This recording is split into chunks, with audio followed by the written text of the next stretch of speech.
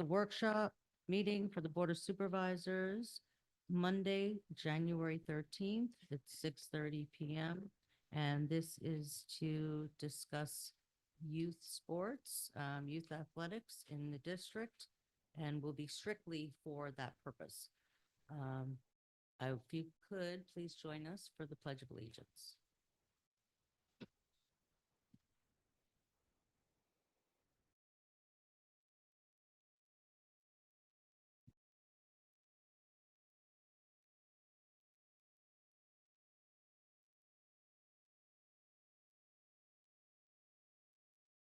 Thank you, everybody.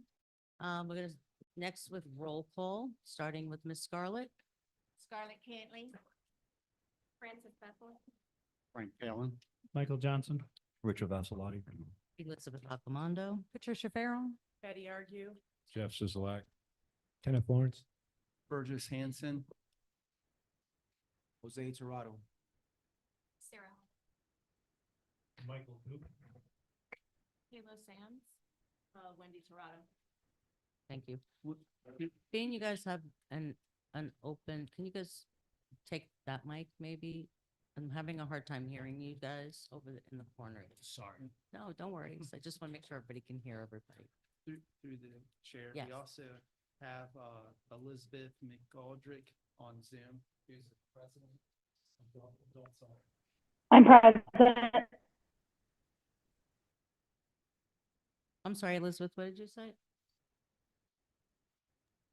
I was just saying I was here. Oh, thank you. Okay. Through the chair. Just a point of personal privilege, I'd like to recognize one of our past Acreage Athletic League presidents, John Meredith, if you could please stand up. John, come on. John was the president for the Acreage Athletic League for how many years? 10, and his wife was also very involved, and we have a concession stand that is commemorated to her, and we thank you for your service. John served prior to Carlos, which was the president prior to Miss Wendy. So anyway, thank you. Okay. So you might notice we have these yellow cards. We collectively thought maybe it'll be a good idea. So when somebody wants to speak, or has a question, because we're not doing, our typical meeting where we all talk and then you guys come up to the podium later, that's for the audience. So you guys are participants with us at the dais. So rather than through the chair, just when you have something to say, just stand your card up on the desk. And this way I'll see it and know that you want to speak on whatever the matter is that we're speaking on. I'm just going to say a couple of things before we get started. We know everybody's really passionate about this. We talk about this all the time, right? We've done a lot of back and forth, a lot of well, he said this and she said that. I hope we don't do that tonight. Tonight, we're here for solutions, for resolutions, not to get into the inside of the organizations, but how are we going to move youth sports forward in a way that's best for the children and all the volunteer parents that participate.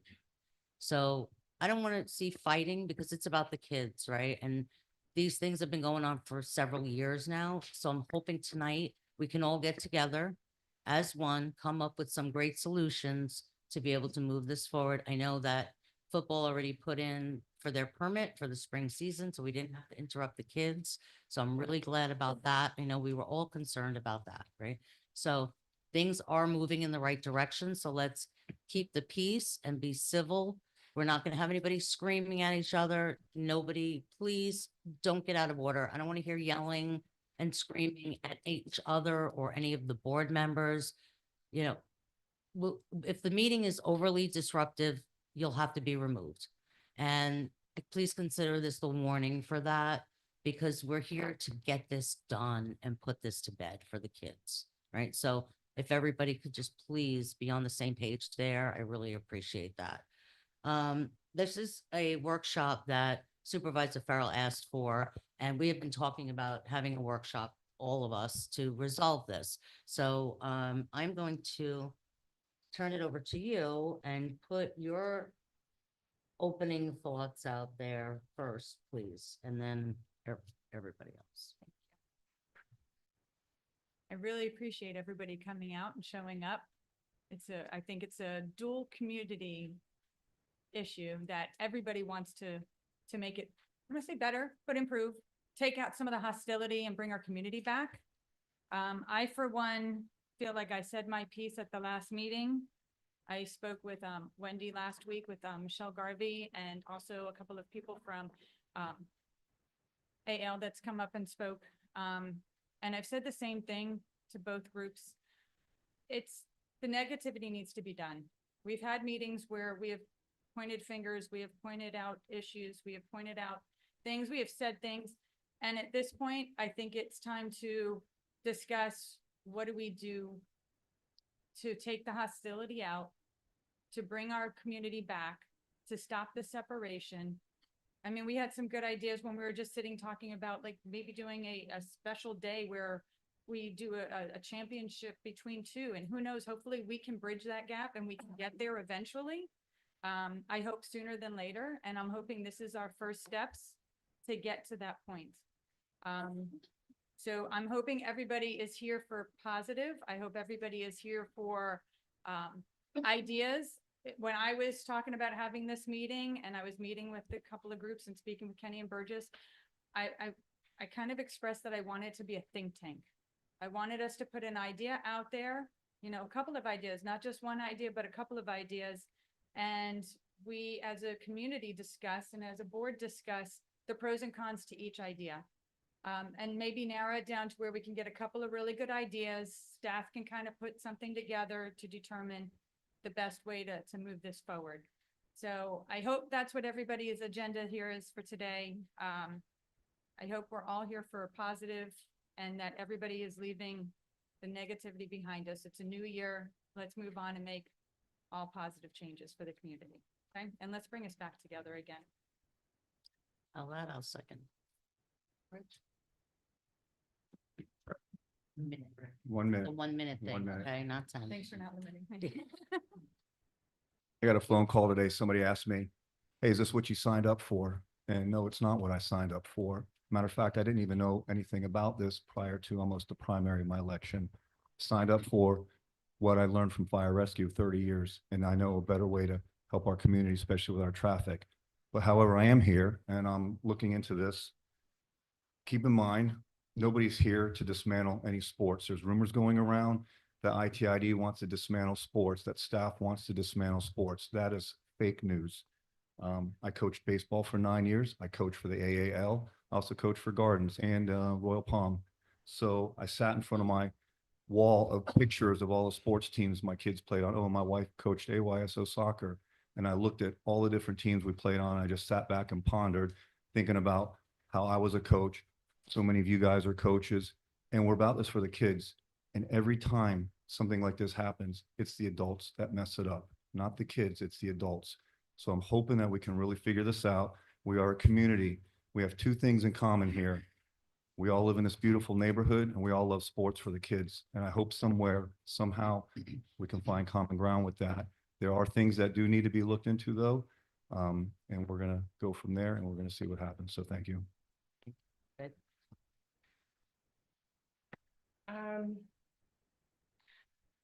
When I first ran for the district in 2016, I was accused that I was going to destroy the Acreage Athletic League. I was not going to support them, that I was not going to support parks, and so on and so forth, which was really a ridiculous notion. And over the past couple of years, and once I got elected, I proved everybody wrong. I have worked very hard to try to improve our parks and to be involved in the different organizations, nonprofit organizations that we have, service provider agreements, and have supported them every step of the way. About 3 years ago, there started to be some issues, and it was brought up that we needed to take a look at the service provider agreement. I don't think that the internal workings and machinations and complaints of parents belong at Indian Trail. It has nothing to do with the service provider agreement. The service provider agreement is simply an agreement about how the organization and relationship with ITID will work. It worked really well for a long time until there started to be some things that were disrupting that. Then it was asserted that we needed to make some changes to the legal agreement, and rather than renewing the agreement or doing, well, we did a postponement. We did 2 postponements. And in that process, we also reneged on part of our agreement. And during that period of time, and I'm just going to say it like it is, we may want to get away from the negativity, but the facts are the facts. And the facts are that we have been struggling for the past probably 5 years with proper maintenance of our fields. We have had complaints from the community regarding lights, scoreboards, poles, you name it, hours. And we still have not addressed some of those things. Here we are 5 years later, and we're still not dealing with that. We don't have a working concession stand, not one. The Acreage Athletic League doesn't have a place to have their meetings anymore. They don't have a place to meet privately with coaches and with parents. And they have been disrupted completely. And we have not done enough to rectify that problem. And so when I look at that from an organization perspective, we have taken resources away, and we have taken away the ability for the organization that has been here since the 80s and had a relationship with our community and with Indian Trail since the 80s, and we've set them up for failure, in my opinion. So I think we as a board need to do a better job of that. I've been hearing, and I talked, and I was reelected, okay, with a majority vote. I have a voice here. And what I hear when I'm out there at the fields talking to parents is, why this, why that? And I think we're going to hear some of those things tonight. And I hope that you guys will all keep an open mind about it. So thank you. Okay. Okay. All right, so.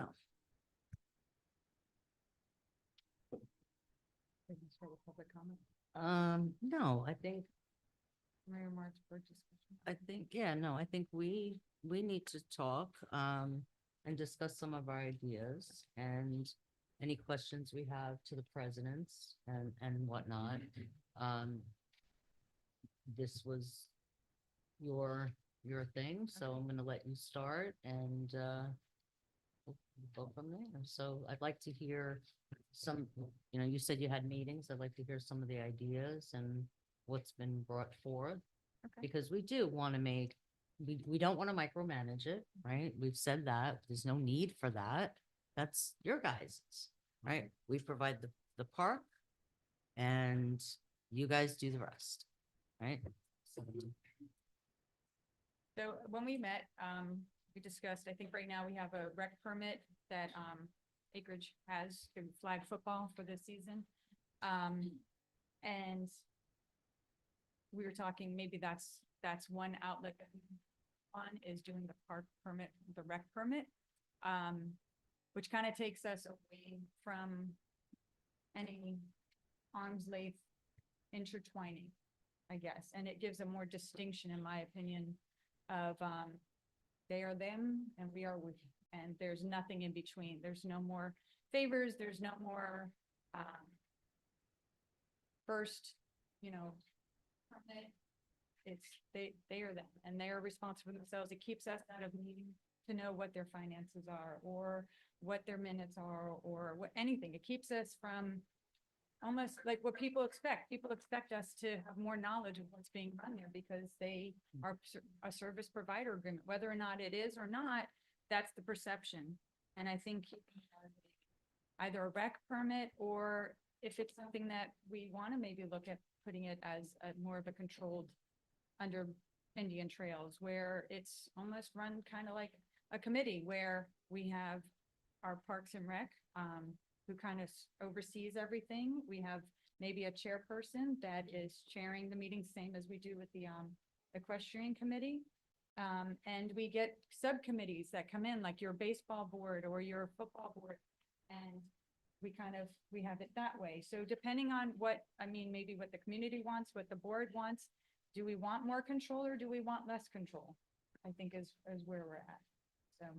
Okay. Well, my thoughts on that is, you know, with the service provider agreement, there is a lot of micromanaging and it's a lot of onus put on the league and each sport to provide us what's required, right? And they say all the time they're short staffed, they're volunteers. I get that. You know, I have a volunteer organization too. It's not easy to get volunteers. It's time consuming.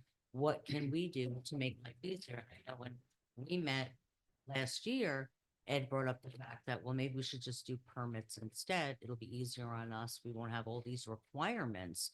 It's just basic, like everybody else, you're getting a rental, you're getting the permit, you provide for insurance, and that's it. And whatever you do on your end is your end. So, to me, I think it, you know, again, I don't have kids. I don't have kids, you know, skin in the game on this. I just want to do what's best for the kids and what's easiest for the leagues to manage and so I don't want to put any more undue burden onto you guys and make it harder for you. So, you know, either I think that if we still do it and we have these committees, I think that's, you know, something that the district is more involved in. I don't know if that's a great idea or not, but I want to hear from everybody and what everybody thinks. So Rich, what are your thoughts? I want to hear what everybody has to say first. Okay. I'm sorry. I want to hear what everybody has to say first and then dissect some of that. Thank you. Michael, do you have any opening? All right, So, yeah, I think I have. okay, go ahead. Yeah. Yeah. So, I've been doing a little bit of thinking about, what other options there are. And I think it's really important to talk about, what the benefits and the purpose was of the service provider agreement in the first place. Why did the district do that? The district has the authority to have Parks and Recreation. I can tell you in no uncertain terms, does our community want to be paying more taxes for staff to be managing Parks and Recreation at the level that would be required for us to even do it on individual permits and different leagues coming in? Okay, it's way too much to manage. The purpose of the service provider agreement was really to try to, first of all, there's an investment that's made by the organization that's running it. And it's name recognition and it's part of the community. We know the Acreage Athletic League is at Acreage Community Park. It is part of our community. So in terms of the benefits to the district, I'm going to let some of the Acreage Athletic League folks talk about that, but it saves the district from a lot.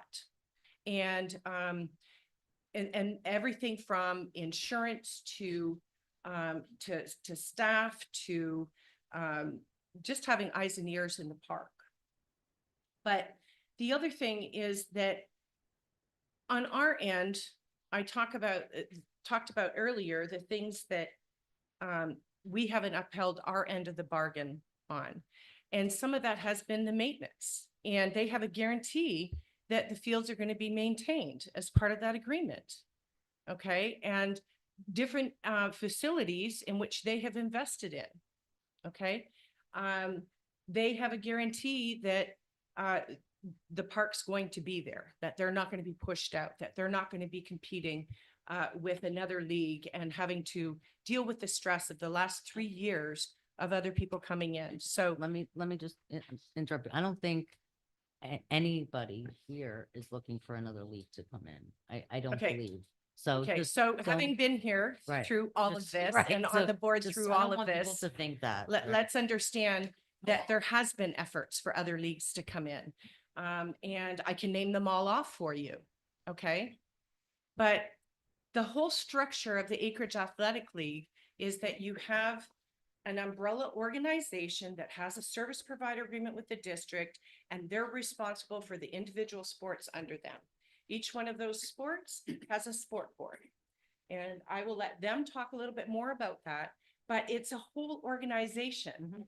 And some of the problems, in fact, most of the problems that we've heard about have happened at the sport board level. And then when it got escalated to the executive board level, personalities, and as Rich said, adults got involved. And they were unhappy and they want to complain to somebody. And I get that. But in this organization, the way that it's set up right now, it has been that it's under the Acreage Athletic League. Your complaints, that's where they stop, at the Acreage, the executive board.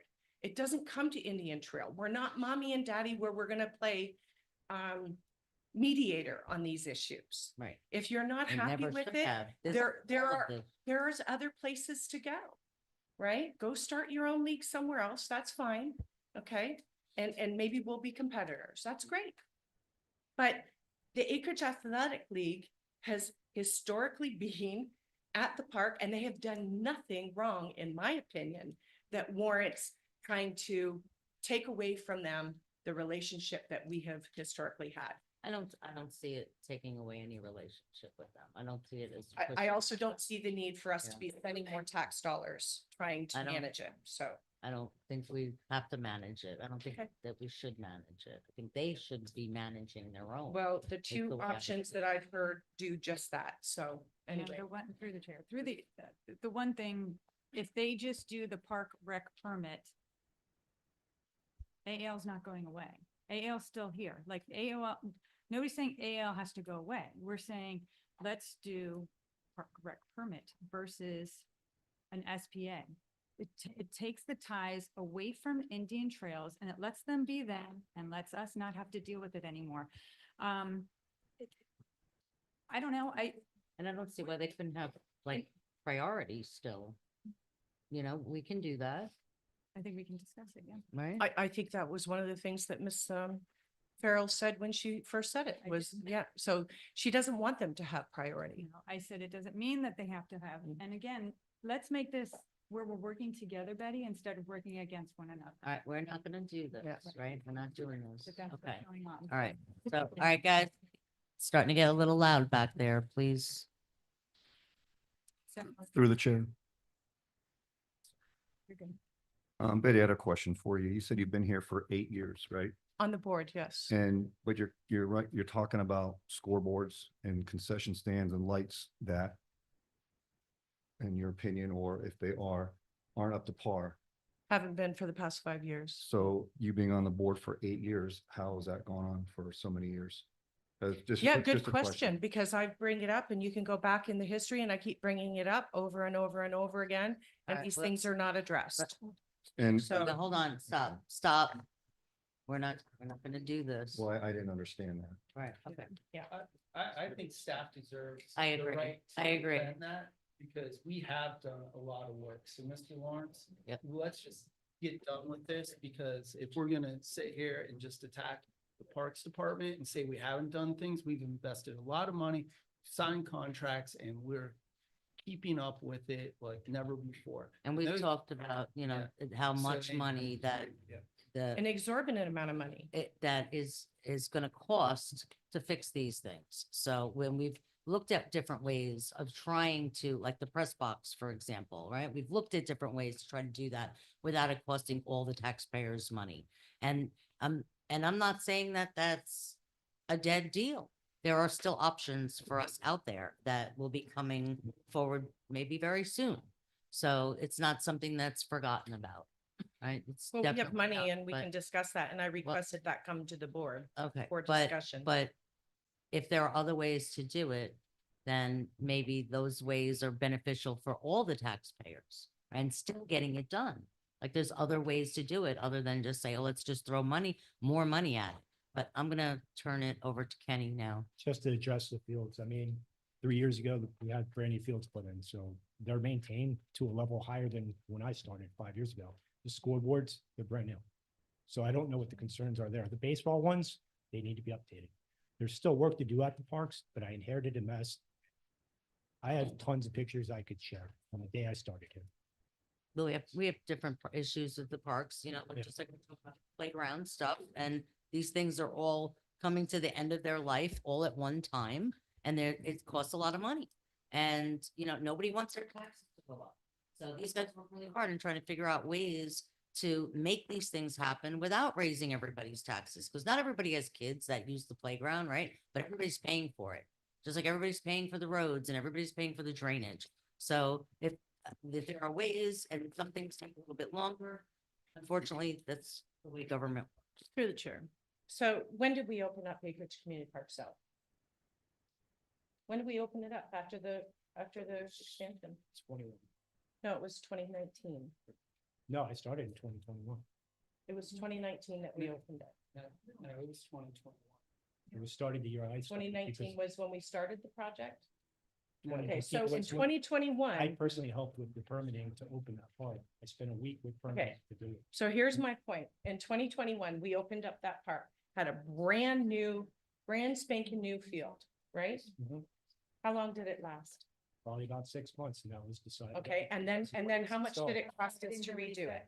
Well, I didn't hear what you through the Oh, hold on, chair, let's not, No, you're This gonna is- sit here and say that it's not true. We have spent an exorbitant amount of money on Yeah, fields. yeah, And now we we're have. spending an exorbitant Yeah. amount of money And maintaining it.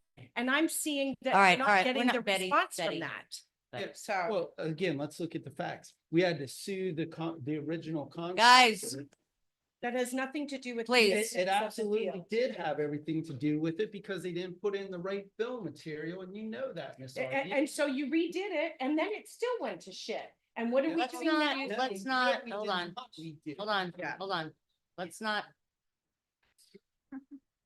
Anyway, No, The- let's No, pretend that everything is Betty, perfect. we're, with the we're not parks. pretending anything. Please. So- Okay. But to make Let's the not record take it out. clear The about record that, already showed. No, You Betty. forget these kids Point are- of order through the chair. You Hold can on. point of order Yeah, all you well- want. hold on. I have a right to speak with the facts. are. Okay, but It would be You nice asked me a if there was question, just those are that. the facts. Something needs to be Okay. called. All right, we've had a point of order. Do we have a second? All in favor? Aye. Aye. All right, it's over. This is exactly what I didn't want. We're here to talk about youth sport, and youth athletics, and how we're gonna move the program forward. There's plenty of time to discuss the fields, the condition of the fields. Staff has been working very hard, and I don't feel that it's right that we sit here and do this to staff. We can't do that. You don't. Right, no, I Of don't. course you don't. And I don't, It's not relevant. But, It but is. I'll let It the is. people talk about it because they're the ones who have experienced it. all right, Don't argue. no, I'm not gonna argue. I'm not gonna argue. Go ahead, Kenny, you can finish. Put it up higher. Well, since I've started, we've replaced several playgrounds. We've replaced the Nicole Hornstein Equestrian Park, which is brand new as well. So, and we're about to have a brand new artificial turf field installed down south. And the reason we did that was because We of the can't hear. They can't hear you, Ken. And please, everybody in the audience, please keep it down.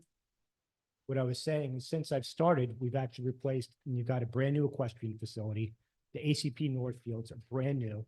You're about to have artificial turf fields that have been wanted for a very long time. That's going in later this year. Permitting's almost done. I mean, we've done a lot at the parks. We've replaced 2 playgrounds, and there's a lot to Excuse do. me, please don't. Is the press box in bad shape? Yeah, it has termites.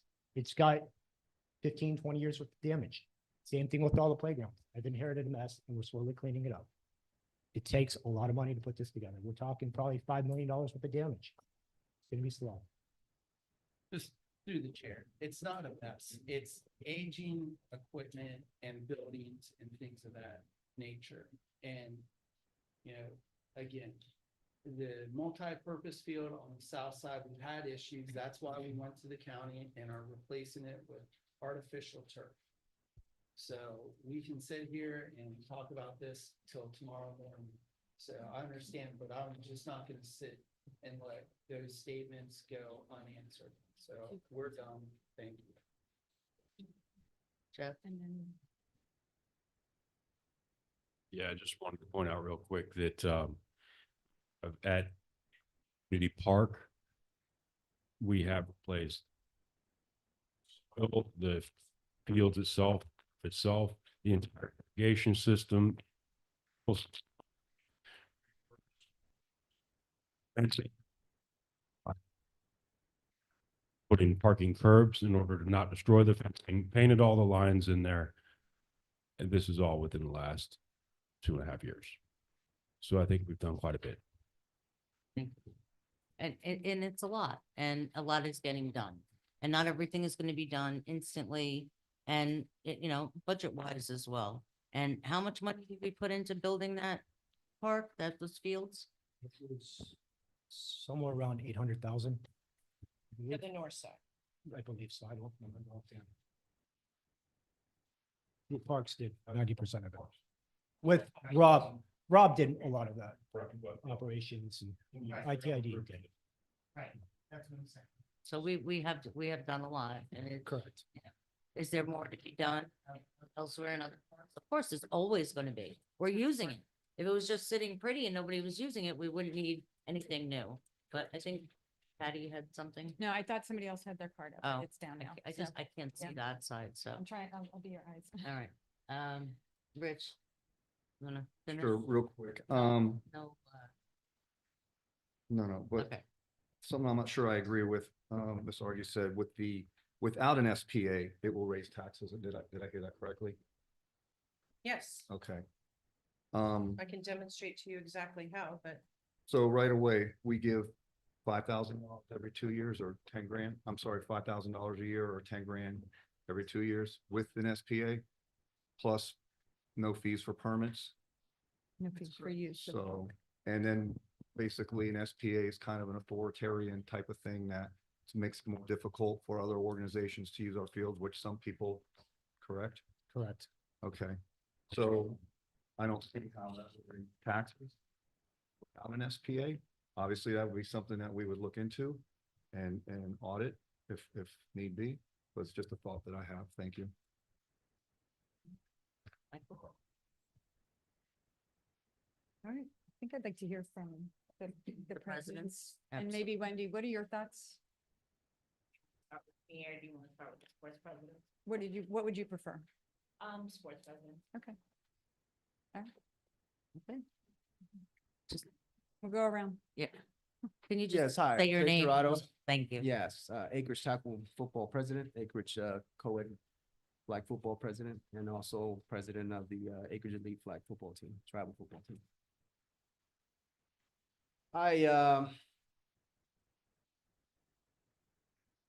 I've been coming out here since 2012. I used to live in West Palm and drive about 30 minutes a day, going back and forth because it's someplace where I wanted to be is just to coach. I don't have any kids in this program. I don't have any kids here. I live alone, and all I want to do is just come out here and do the best I can for this community. So after becoming president and seeing that all the kids are leaving this area, I wanted to make a conscious effort to get all these kids back and make this program as strong as possible. But with the help of Indian Trails and improving the parks, it's getting these kids back, but it's something that's still a work in progress. It's a lot of hurdles, but we're working at it. So Well, thank you for all you do for the kids. We do appreciate it. So what are your thoughts? So, I mean, do you want to, do you want to do by permit? No. Do you want to find another way? We're here to get your that's something ideas. I have to discuss with them as well, but it's. Sure. What are your thoughts on doing an SPA versus a rec permit? What do you think is the hindrance to doing a rec permit? I'd have to think about that, honestly, but if I doing the SPA for me would work for us. Why? Because of the kids in the community and making all the programs under one But you're umbrella. still there. AAL's still there. AAL's not going away. Excuse me. No, I'm not arguing. I'm Clarifying. speaking with him. AAL doesn't go away. AAL still stays in existence. Right. It's just how are you using the parks? Guys, could you, Is it going to be through a rec permit or an SPA? So Mike, I think the question is, what are your thoughts if we just do the rec permit where you don't have any reporting back? AAL has no reporting back to us. You guys just run your business. and you report to your executive board, That's it. That's the way they do it now. right? Without the caveat of having our requirements on their back that they don't have the minutes to deal with, which is what we've been hearing for months and months and months. So think about that. Yeah, I have to think about it. Yeah, okay. I'm sorry. What's your name? I'm sorry. Sarah Hummel. Sarah. I represent Guys in the audience, please, if you'd like to speak to each other, please step outside. Go ahead, Sarah. not great at speak. That's okay. Can you just pull the mic closer so everybody can hear you? Mhm. Thank you. I've only been on the adult softball board for a year now. Kind of fly under the radar. We keep things simple. We just need to find out where we fit in all this because we're not necessarily a kids league. We don't even allow high schoolers or anyone under the age of 18 participate. So, we've had a good experience with the group that I have, that I'm working with. We communicate directly to the parks team and they are responsive. I had a comment I was gonna say earlier, but, I'm not sure if there's a system set up for like visibility to the requests and the complaints that people are having, like the scoreboards and such, but like, I know that as a homeowner, I can request that my, road be graded. Is there a way that we can do that, that provides a little more tracking and, you know, accountability for those things that people are saying don't happen? I think that would be beneficial. So that's not like we're pointing and Mhm. blaming people, like we'll have more facts and data to Right. see. I think that would be nice. And it would make it easier and simpler to provide like priorities to the parks that, you know, we feel are priorities. They've always been responsive to us as to, you know, just random emails that we send them. Right. But So maybe we that could do help. like we do maintenance requests, do park maintenance requests. The same, info the at We same do, we manner, do get that right? information. through So, email. so yeah, rather than, you know, posting on Facebook or speaking to just one of us and, you know, we get busy and or whatever. I think that is the best way to handle issues at the park. You know, if a piece of equipment, you know, that is under Indian Trails purview, just let the office know, let staff know and have that email chain and know that things are being done as needed. That's all.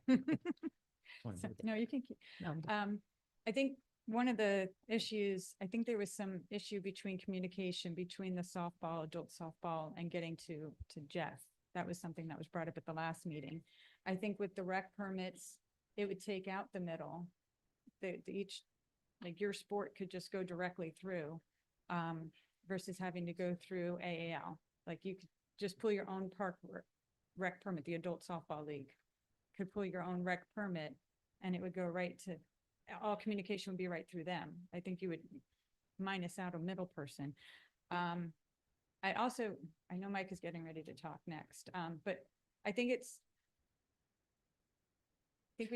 we do need to figure out the better direct communication to making sure that there's a light bulb out or whatever.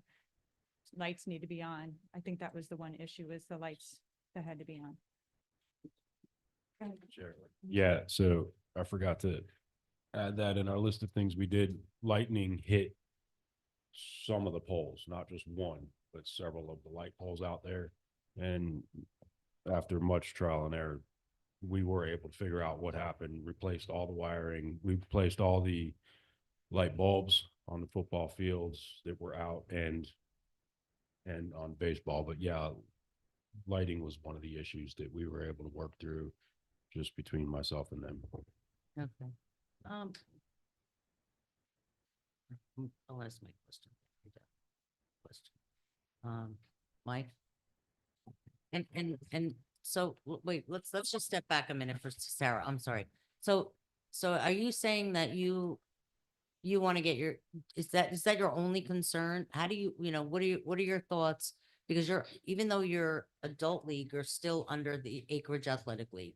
Is the Acreage Athletic League designed only for children or, okay. So unless you want to be on your own, which is, I don't think any of our business, you're still falling under that, regardless of the age of the people playing. You just want your own voice to be able to deal with your problems directly, so you can have a more, a quicker connection, so to speak, rather than having to say, call the executive board and say, hey, we have a problem with the lights out here. And then somebody, gets busy or whatever, and then the message doesn't get relayed. Is that what you're, We already do that. okay, so, It's really so just a you're- matter of whether it's like two things that we would have to do paperwork for. We would have to do our own permits. We would then have to do our own private, 501c. those two things. So obviously taking those two things off of our plate and not having to do the permits, that's better because then it takes things off of us. so to staying, do. right, so staying under the Yeah. athletic league permit. So again, this is something not for us to decide here today. That's for you guys and your internal, working with all your different sports boards and your executive board on how you want your organization to function. That is not for us. We're basically here. How do you want to interact with us? Do you want, what do you want? And how much of a relationship with the district? Do you just want us for our parks and then not worry about everything? Or do you, where do you want this to go? So this is what we're trying to do. So it's good. Both of you just seem like you guys got to get with your boards, get with your parents, and get with the executive board. So now, Mike, your turn. Right on. All right, Mike with AYSO Soccer. We actually do not use any of the fields with Indian Trails. There's just not enough field space, Right. and there's not enough parks for us to play on. We always use the county. We always have for 17 years now. I pull the permits with them. The county. Do I see the benefit of AAL? Yes, because it takes the legwork off of you guys. Whoever's pulling the permits, now you only have one place instead of dealing with all these applications for permits.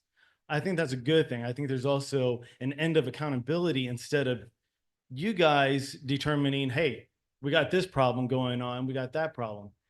In regards to the maintenance of the fields, does it have to go to the executive board? No, have the president just tell Kenny, hey, Kenny, the lights are out. Right. Let him deal with it. It doesn't, there's certain things like, I think we're trying to complicate this process way more than it has to be. Mhm. And it's okay to have an AL board. Let them pull the permits, let them oversee the organizations and make sure that they are being ran properly and efficiently, right? We don't really deal much with AAL. But yes, we are a part of them. We were told that we need to be a part of them. If I was going to use your fields, yeah, I know I need to go to her and say, hey, listen, can you get me a permit here? And I know that if the field space is available, then she'll do it, right? I understand that I don't have preference, and I shouldn't have preference. I barely use those fields. But I know that with the county fields, we have preference. We've been out there the longest. Now, we also understand that we have to kind of divide it up a little bit, right? We used to have all three fields. We don't have all three fields anymore. It is what it is. At the county park. At the county park, yes, does the county need to make more fields? Absolutely. But Indian Trails could too. And there's a lot of room that we could grow and make it better, and I understand that it costs money. I don't know, I'm not on your board here. I don't know how you're managing your money, It would be nice to see like get an audit as a taxpayer to figure out what the heck am I spending all this money for and try to We get. do it good every year, understanding. so you could always do a records request for that. I think it's even on our Online. website. I know, I think So I'm you just could- lazy you about it, to be could- honest with you. Yeah, you could get it. But, and I'm not saying that you're not transparent, right? But, I always know that there's always a better way. I don't want to make this system more complicated. Right. That's my 2 cents. Thank As I also run an adult league, adult soccer league. Same thing, I pull my permits. So, Gotcha. I think Jeff had his up first. Jeff? Oh, Kenny, I just wanted to let you guys know that Elizabeth McGoldrick, the adult softball president who's online, had her hand raised. okay. Elizabeth, go ahead. Hi guys. So kind of back to what Sarah was saying. For us, we just follow under the SPA, so it's less paperwork on our side. It would probably be easier because there is a big miscommunication between us and the AAL executive board. I've been to one executive board meeting on my 4 years sitting on this board. I started as secretary, now I'm president. I don't even know when the executive board meets. So we've always taken the upper hand and just communicated directly with Kenny and Jeff. So for us, like they're all saying, we have to get back with our board, but we fall under the SPA to save us some time and some paperwork. But we are in the process of trying to do the right thing to have all of our ducks in a row at the same time. So you understand the SBA and being part of the AAL are two separate animals, right? Yes, ma'am. So, okay, so you're, Same. The SPA is with the Acreage Athletic League, she's talking about getting permits. So if she needs field space, she's going to Wendy or whomever. I'm not singling you out, Wendy. She's going to the executive board. I just say that because you're the president. She's going to the executive board to have to get her permit. She's saying it would be easier for her to go to the park. That's an internal issue. That has nothing to do with whether or not the executive board has an SPA or not. That is not going to change what she's talking about either way.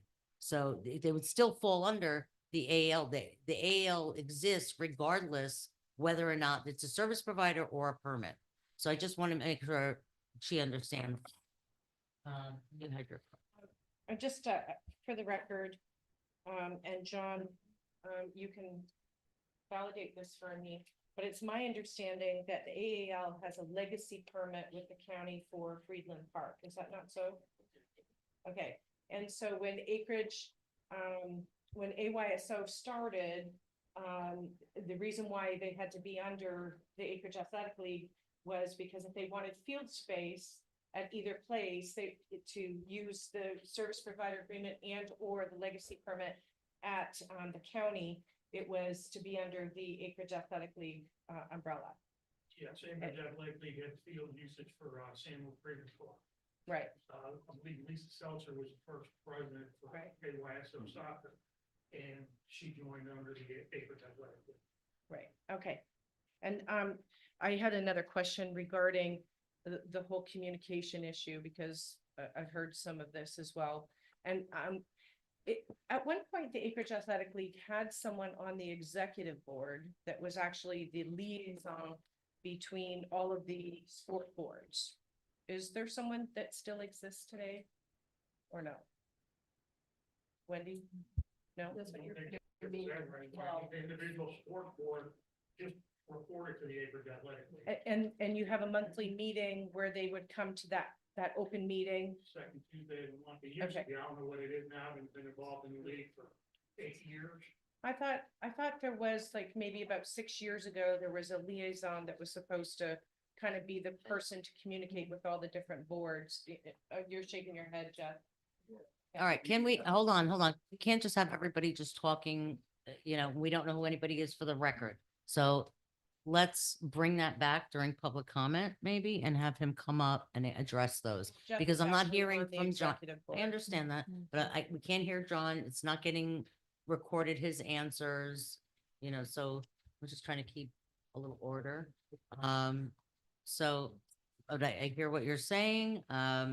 So basically what you're saying is they wouldn't be able to get a permit through the athletic league, but they can. It's either going through the athletic league or going through the service provider. So as long as the Acreage Athletic League still exists, these other sports can get Freeland under the Acreage Athletic League, right?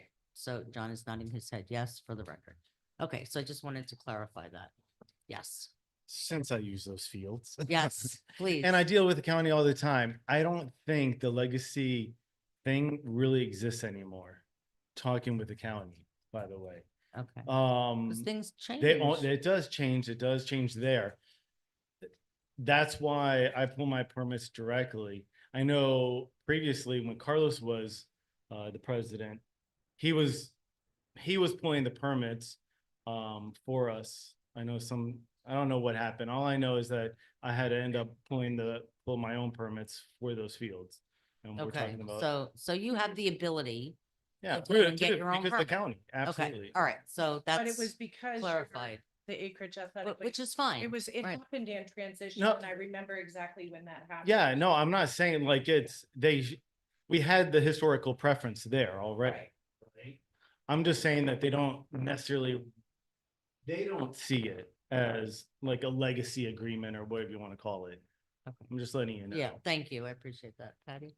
I can't speak for AYSO and how AYSO started, but it could be wrong on this, but I believe when the baseball started, I think the fields were built out at Hamlin and they weren't getting used a lot. And it's kind of like no man's land out there. So I think they asked for it to be, I think the county might have come back to us. I could be wrong on that.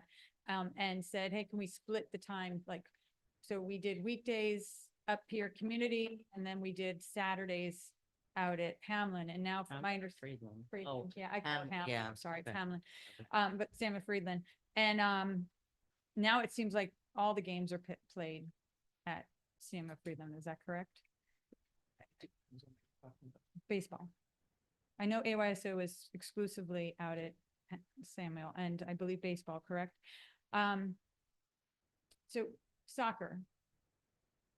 When you pay, you pay two separate insurances to play? We pay our insurance. We don't pay insurance through AAL, but we do get, I think it's a reduced fee when we go to pay them for Okay. being a part of. So you Yeah. don't have to pay for insurance. We through don't AA. pay, no, we Okay. pay our own insurance. Okay, I think through there was some AYSO. confusion. Yeah, because we had, AYSO and national, I mean. Yeah. We have our own national organization that we have to. That makes more adhere sense to to. me, because what I heard was that you played two. and I No, thought that no, was crazy. Not at Okay, all. all right, very good. Okay, Good evening, Nick Altero, AAL Baseball. I've been a part of the board of directors there in a couple of different ways over the past 2 years.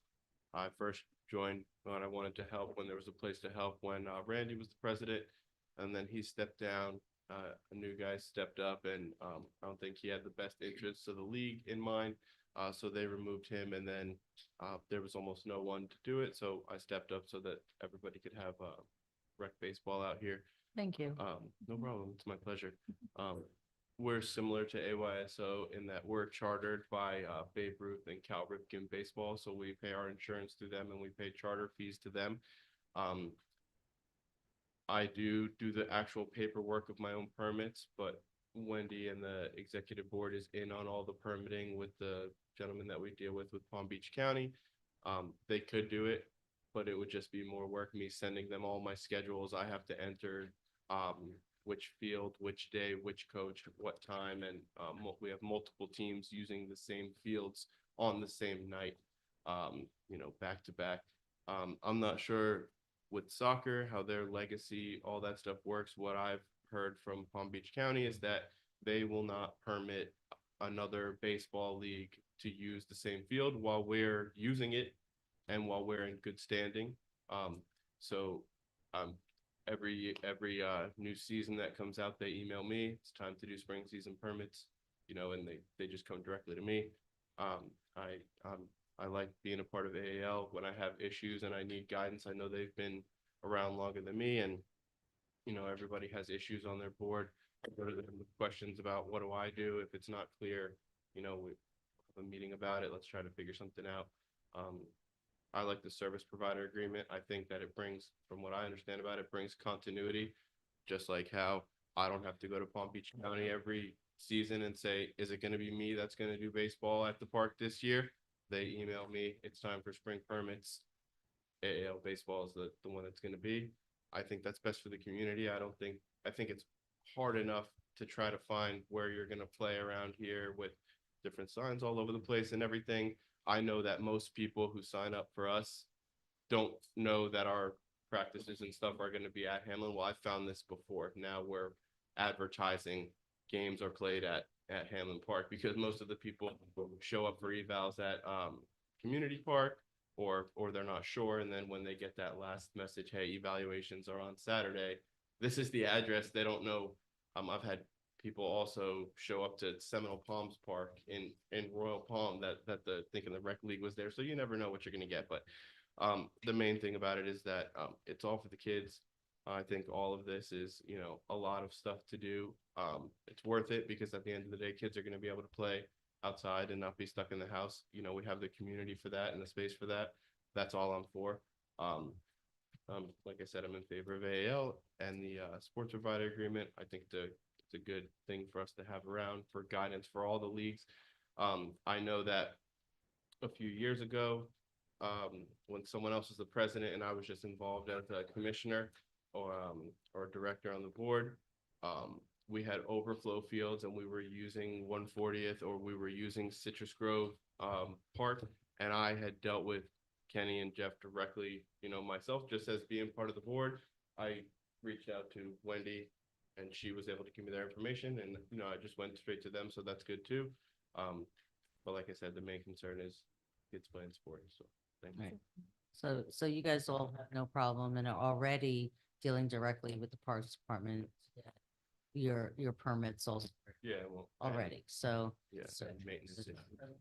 Well, It's scheduled. Well, it's the permit. They reach out, so we fill out the Right. permits, but part of that is I have up until a certain date, 2 weeks after the season starts, to send them my list of teams and players and coaches. Yeah, we only use Palm Beach County. so right, so you're getting a permit every time, That's right. but you're guaranteed We're guaranteed. county that you'll be there, Right, right? as long as we're in good standing, we keep turning Right. in all of our stuff on time. They Right. have no reason. And to and there leave is someone else. no written agreement, it's just a gentleman's agreement. I don't know if Okay. they have one. It was before me. Like I said, Right, right, no, I get it, that's stepped up to fine. make sure there was baseball. It was cutting close, and we had to have baseball there, so that's what we Right. had to do. Thank you. I have a question. How, with the permit, they send you a reminder, how far in advance do they do that for like the season? So when would they reach out to you for fall season? You want me to get you the date? I don't need a date. Like how much time do they, like, is it 6 months in advance? Is it a year in advance? They reached out in December saying, these are the things we're gonna need. I guess, every year or whatever, they revise their paperwork, so you can't just keep it filled out for year after year, unfortunately. But they send out all the new stuff. This is what we're gonna need. Here's your list. Everything that I can at the time send back, my information. I put Wendy's information on there, all of our information. And then as the time comes where teams and coaches and all of that becomes available, I have a deadline to send that to them. And you do that for the year, I do that each season. each season? Yeah, but it Okay, comes and for so December, you were planning for your spring season? spring and summer, that's Okay. right. And then the next time I'll do it is over the summer for Yep. the fall season. Perfect. Thank you. Thank you.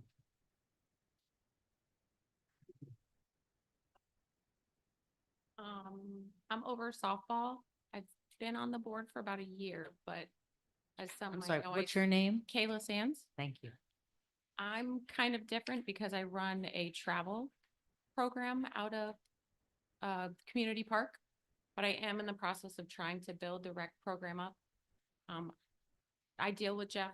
I've dealt with Jeff. Jeff has always helped me any issues I've had with fields, whether I need him for certain Thanksgiving break, Christmas break, he's been very helpful. But at the same time, I also think being under AAL, even though we are a travel program, is beneficial because I'm new at this. Half the stuff you guys are talking about, I have no idea. But any issues I've had, even though we are travel, I've gone to the league and they've been very helpful. Because parents don't always like my answer and they're there kind of to have my back. Backstop. Okay. Okay. Well, again, this is something for you guys to Mhm. all work out, and it's good for us to know, obviously, that is not part of what we're deciding for you guys. We're not here to run your organization. Okay. Wendy. Yes, I'm up. So as you know, I've been out here, some of you may or may not know, I've been out here since 2009 with my own kids. 3 have aged out of this program. 1 has come back to coach. I have 1 left in the program. I started out as any typical parent watching their kids. Moved up to team mom, moved up to a co-ed board member. And from that point, I was What was that? contacted by an executive board member saying, hey, we need somebody. We need somebody in the executive board. Can you help us out? I said, sure. That was back in 2016. We're now in 2025, almost 10 years later. And I think the concept is the same for all of us. Kids come first. And yes, absolutely, adults, their feelings, their emotions get in the way. I think, obviously, as the president of AAL, I think having an SPA is great. Why? We can be your main contact. I mean, we've had a few issues within the sports boards themselves. They go to them. Of course, not everyone's going to be happy with a decision that's made. But I think that's the best of what we have right now, because they have a right to say, well, I'm not happy with that answer. I'm going to see what I can do about it. It's for their own kid. They're advocating for their own child. So they come to us when they're not happy with the sports decision. We, as an executive board, we see that. We look at the sports board's decision, we look at communication, we look at how it was voted on. We make our own decision. And whether it's sometimes supporting the board and sometimes not supporting the board. But we try to do what's best for the child, for the player, because that's what we're here for. With that being said, without an SPA, I think parents you're never going to have a perfect season. So there's always going to be a complaint or two about a sports season, whether it's refs. Obviously, that's the main issue that everyone has is refs, or the coach is not treating my child right, or this is happening within the team. Without an SPA, I think, how do those parents' concerns get addressed? Are they going to come to you? No, Why they'd would still they? come to They'd you. still come to you. We're not, That's- right. The SBA only forces you to provide us with certain information. And it's reciprocal of, we're gonna give you priority. If we can give you priority and save you from all that extra stuff, it doesn't affect your organization whatsoever, whether you have an SPA or not. You are still the AAL. You are still the executive board and all the boards underneath it. Should you want to make changes organizationally, that's all up to you. Nobody comes to us. The only reason why they would need to come to us, and when I say us, I mean Kenny and Jeff, is for scheduling and maintenance issues. We have no say, and we don't want, at least I don't, I'm gonna speak for myself when I say this part. I don't want to micromanage your organization. I don't need to know that this parent is upset because that parent said this. We've got so much business to take care of. We are not in the business of youth athletics. You are. And we want you to be. And we want you to be the best you can be. And I think everybody feels like, and I've said this to you guys, I'm not trying to get you guys out of here. I've said this over and over and over. My thought is I'm trying to help you make your life easier.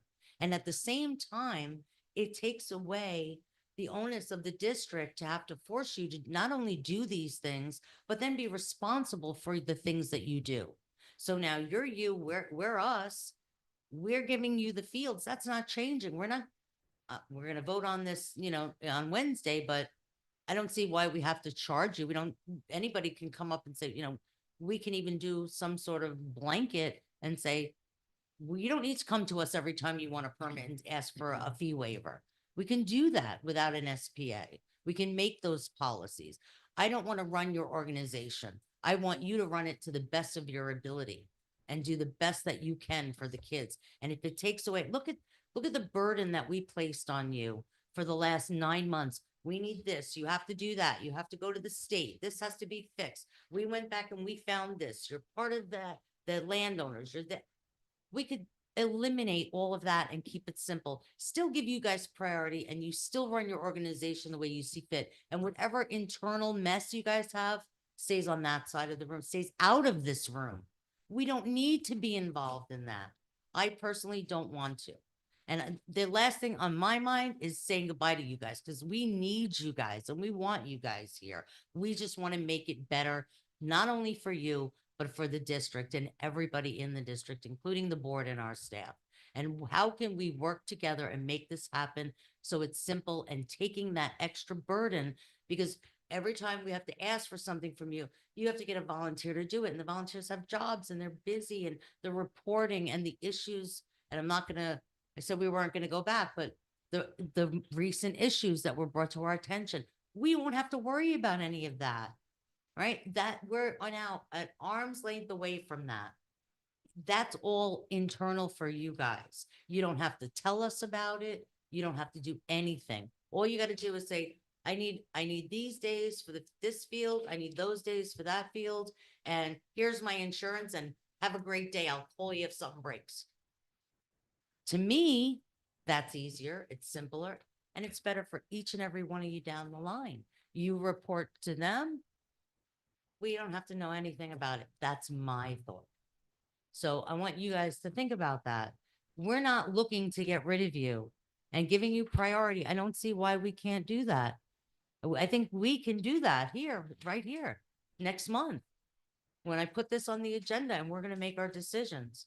So I don't want you, and again, stop thinking we're trying to get rid of you. We don't want to get rid of youth sports. So, thank you. So to follow up on that, if we don't have an SPA and if it's just a permit, would it be seasonal, yearly? Would it be indefinite? How would that work? Sure, go ahead. That's why I want this think tank.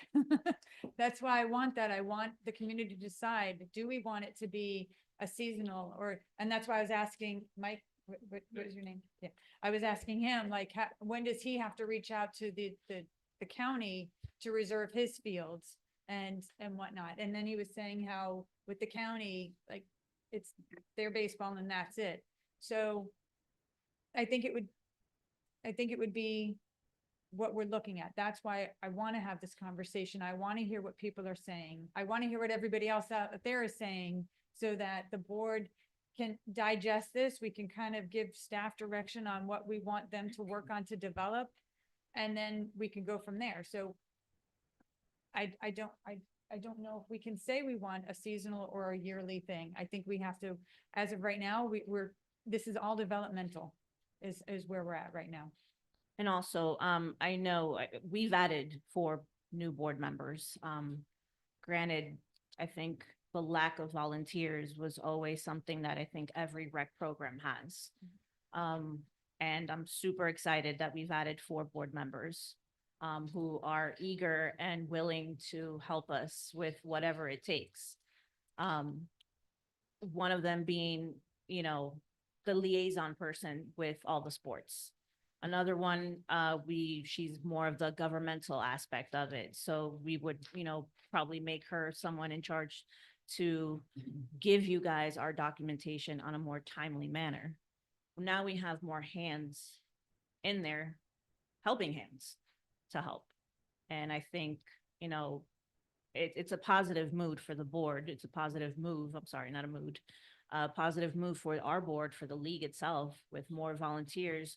Now we have more thinking minds, more ideas, and, concession wise, I know that's something that we've been wanting to do. I'm sure we have some parents on our board that have their own companies that could probably go through you guys. They're willing to give us their lending hands to fix up that concession. So it wouldn't be a burden on you guys. The press box, we had ideas of making that into like a tutor session. While the younger kids were on the field, older kids could be upstairs, using that, tutoring younger kids or whatnot. So we do have some good ideas. We just have been unable to move forward with them. So I think, an SPA in the end, I think it's, to me, it's much better than with what we don't know right now as to what kind of permit we would be getting. Right. And of course, we wouldn't ask you to make that of any kind of, final until we talk more, obviously, and that's why we're here tonight. So to hear what everybody has to say and what everybody's opinions are. So we can make a decision what's best for everybody and especially the kids. Absolutely. And like how Patty mentioned earlier, myself, Patty and Michelle, we all met, and within a few minutes, we had a great few ideas. That's great. Right, come and up. This is So what we need. yes. That's what we need. Everybody working together for the greater good, right? Excellent. Yeah, I'm sorry. My question is is it all about because of permitting though? Or is it for field preference? Because I know you said that, yeah, they could use it doesn't bother me because I'm in a different field, right? Right. But if they're trying to run an organization and they need certain field space for those organizations, and they've been counting on these fields for whoever, so many years, right? If you go to possibly a permit base saying that, yeah, you may have a preference, but that's what you guys agree on. And when we elect the next board and you guys may get replaced, that might change. And I think that's where some of their concern might be, where it's like, no matter what, if this agreement stays in place, no matter who's sitting up there, their organizations can still run because they have fields to play on. Right. And I think that's more of the concern. Am I wrong? Right? I think it's the concern that they don't have a place to play. And just being able to say, oh, you can permit, well, yeah. And 5 other people want to start up another program can say, hey, listen, oh, I got my permit in first. Oh, I get this permit. Sorry, see you later. And then what happens to their lead? Right. So we And I would- think that becomes the concern, Right. where you have to try to protect those organizations who have already been going in place Sure. for a long time. That's why when I said about the historical preference out in Samuel Freeland, they asked me, hey, well, you can't have all 3 fields, but you have to give up one. What field do you want to give up? Right. Hey, Mike, can you shift over, or is there a reason why you want these 2 fields? Well, there's a reason why I want these 2 fields. So you have that relationship, which is great. Yeah. And I don't see why. Through the chair. Second, I don't see why a long-term permit isn't something that we can consider in the same way. So you have that security. So it sounds like you're saying, I need that security for the future. Yeah, because you Right. can't run an So- organization. Right. So how long is the service provider agreement for? 2 years. So you've got security for 2 years, right? Because then in 2 years, there'll be new board members sitting here maybe, and maybe they'll have different ideas in 2 years when it comes time to renew a service provider agreement, just like we're going through right now. Mhm. So go ahead. I said through the chair first. All right. So, I have a question. Sure. For Mike. Mike, when the field that you were giving up though, was it for another soccer league to come in and compete against you? No, it was Okay. different. Just wanted to clarify that for the record, because I think. I don't- Yeah, but Yeah. and if it was if it was the same sport, now that would be a lot more challenging, because are they going to try to take players off of my group to play with them. You know, it's, Nobody do what we should be- can and- Nobody should be stealing kids. That's awful. no, they shouldn't That's because it is, awful. but it does happen. Awful. I But it does understand. happen because different organizations, and I'm not saying that we have any malicious organizations. I know, right I was now, teasing. Right? you, just- But I'm not saying, what I am saying is that, are there other people with the intent of trying to build up their organization and maybe profit from it? I'm not saying that's happening. So don't say I am. I'm just thinking like if a travel soccer program wanted to come out there, you know, they're gonna have to step back and Well, remember, nonprofits, if somebody that's For for sure, profit for is not sure. gonna get any kind of priority. We have a priority list yeah. in our parks policy and the nonprofits are No, top. I understand. Mr. Hanson, go ahead. Yeah, no, I just wanted to get clarification because I think there's a false sense of hope with this SPA that it protects them somehow, but the majority of the board, let's say you renew it next year, and there's an election and 3 of you are renewed, new ones come in, you just approved it before. I believe from a legal standpoint, I'll let Mr. Palin, and Ms. Bethel address it. But the majority of the board can say, sorry. So we don't even have to wait the limit- 2 years we for can it to try end. and- We could just end it right there. We can do that with a permit too. Well, That's my the point. is Right, there's a so there false is sense no, of right, so there security is with no, the either SPA. way, But with it's the it's a gentleman's agreement Yeah, basically they- until, But with the SBA, they have to fall under all these other things. Right, and what we there's talked ways, about. If you want the permit to be for 5 years, the board would have the ability to do that. You Right. can do whatever you want working with them. I'm just saying, you know. it's that's not really- as protective as you think, right? Now, so the board could then do the same thing with a permit and say we want to renege on the permit? Yeah, or- the board, except for certain contracts for construction and other things, I'll let legal address it and has authority to do certain. to So delegate either certain way. things. So, right, Unless okay.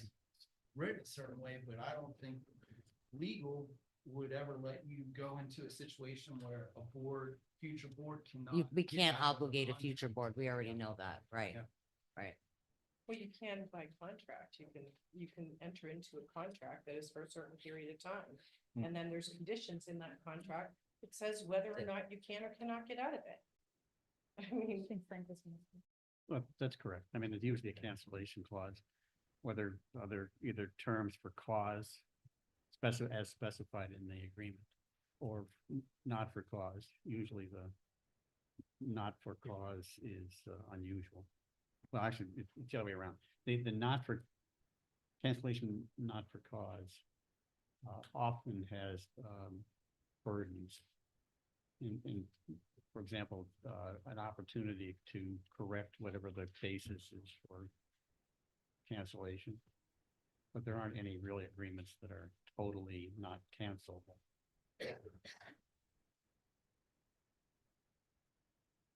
Okay, thank you for that clarification. All right, let's. Okay, Elizabeth, really quick. yeah, sure. Oh, I'm sorry. That's. Can we, As a board itself, what are your guys' thoughts as to what the negatives are as to having an SPA Well, versus not? I think I already said, the onus that we put you through for documentation and, the reporting that needs to be done. Most recent incidences that didn't get reported properly. It's a lot more time consuming for you guys where you should be focusing on playing your sport. That's my opinion. I'm sure other board members have other thoughts on that as well. Well, I think one of the issues that did not get reported, again, I think at the last meeting, I stated that it could have been just miscommunication on my end, but what I felt was I reported it to the proper park manager or whatnot, because it was not involving in Indian Trails Board, Indian Trails Park. It was regarding a county park, which was reported to them. So, Actually, I don't believe it was. Yes, it was. And through the Oh, chair, oh, they knew, they were aware what we were doing and as to why we had a police officer present. So they absolutely knew as to, Okay, so what staff knew? Go ahead, Kenny, I'm gonna let you answer to This this, is the 'cause- first I'm hearing of it. If there's an email chain or something, I want to see it. okay. All right, right, you were not copied because it was the baseball issue, so it was involving a county park. So I reached out to county. But who from Indian Trails knew? I it wasn't don't know, required but to be does, reported to Indian Trail, hold on. even under their service provider agreement. I'm gonna ask legal to answer that question. So if there's an issue with a service provider that would, if regardless of what park it is, because when you become a service provider, are they only a service provider if they're at our park? Or is it the organization, it has the service provider agreement? Does it matter where they play? They're a service provider to Indian Trail only, not Right. to other jurisdictions. Right, so if they're playing on a county park, our service provider agreement does not apply. Not that I'm aware of. No. Okay, so that affects what you were talking about, that you wanted the protection of the service provider agreement, but you don't play at that park. So technically, you don't have any protection under the Right. service provider agreement because you play at Friedland and not at ACP or one of our parks.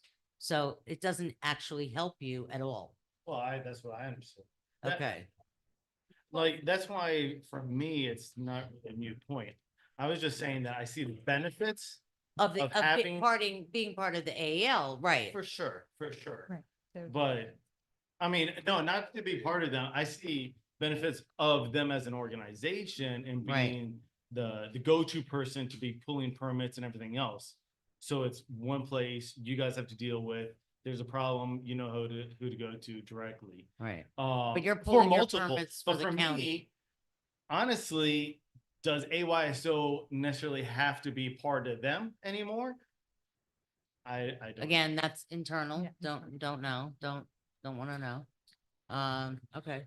But under So- the service provider agreement, they would be able to get field space at Acreage Community Park under Okay. the existing structure. Every sport that is under the Acreage Athletic League is entitled to get field space if needed, but it goes through the executive board. Okay. That doesn't have to change. Yeah, I Ready? think that occurred also when, I think there was a time, I think, Mike, there was a tournament you guys were preparing for and you guys didn't have the States. field space. Yeah, Yeah, states. and we definitely went to you. And they Yeah. came to us and we, at that time, we were at Expansion Park, so we did give them, an area for them to practice for states. Absolutely.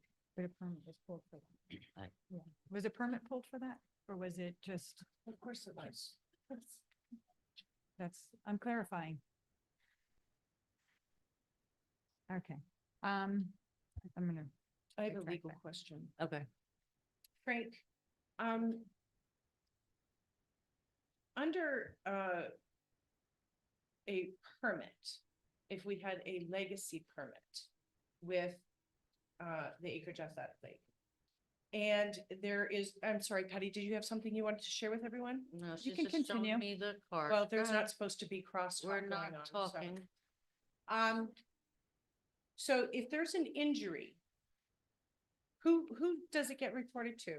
Is ITI, does it still need to be reported to ITID? Somebody's running on our field? I would assume, yes, if it's being, permits been issued to Acreage Athletic League for, they're working under Acreage Athletic League, so that's where the duty to report injuries, I think that's pretty clear in the So- agreement. So regardless, excuse me. So regardless of whether or not there is a permit or a service provider agreement, that obligation to report to Indian Trail about an injury still exists. I mean, I haven't read the permits, but normally they incorporate the permits to the service provider agreement, so one way or the other, there's either a term in the permit or there's a condition in the agreement itself. Just wanted to clarify that. Yeah, I like clarification. So if it's I think what the real question is let's say there is no SPA and they just request a permit. It's what's contained within the permit that we request, whether it's an injury. So in one step further, as part of the SPA, we require that they do background checks. And I did verify this with HR Aegis. We do not need to require background checks or even validate if they do them under the permit. In fact, as part of the permit, from what my discussions with Aegis or Parks and HR's discussions more so than me, with Aegis is with the permits, we are arm's length away on everything. So if we were to get, let's say they had an injury and they were sued and we were sued, we would have a different course of standing according to Aegis on how that is dealt with. And if they're a service provider where we're engaging them to provide the service on behalf of the district. So that's my understanding. of it. So they're not required to report it. Yeah, that's why I was Under a asking, permit. because that's, So- that's. Well, I'm But talking you're about, gonna have basic. parents that are gonna go after and sue them. I'm just Yeah, saying. yeah, they're no, gonna go after but that's, Yeah. that's a whole, with the permit, I think that's where Ms. Acamunda was trying to go, is there's less reporting that you need to do to us. And therefore, we don't have to get, what is it, writing within 24, 48 hours or whatever, of injury and all those other things. You go from, how many pages is the proposal for the SBA that we were discussing? The new SPA was about 24 pages. First of all, thank you for you guys' time volunteering, the pain. If you guys remember a couple years ago, we had a big thing over at the library where we we're going over all the reporting and the requirements and what the SPA actually would be. And just the outline alone was like 5 pages of what that stuff would be. This is basically simplifying what everything would be required from the district. So we're not like what Ms. Armando's saying, the Burgess is saying, this is going to take a lot of that stress off of you guys and off of us. We don't want the extra work. Jeff doesn't want it. All we're going to require is basically scheduling at that point. The legacy permit, we can write it however it needs to be. If it needs to be a year or 2 years, you can kind of structure it how it needs to be without going into all the of it being like a branch of the district, like an athletic department. It kind of just simplifies it. So that's kind of what we were looking for. And that was the whole reason for the corporate documents before, was that separation to protect the works of the district. just following up on what Burgess and Kenny are saying, I mean, you have to keep in mind that under state law, by calling it a service provider agreement, you are bringing yourself under the Florida Public Records Law, which is not something that normally would be applied to a permit. Because a service provider under the Public Records Law is essentially that entity, although it's private, is now assuming public responsibilities, because the district doesn't have its own recreation department in terms of programming and that.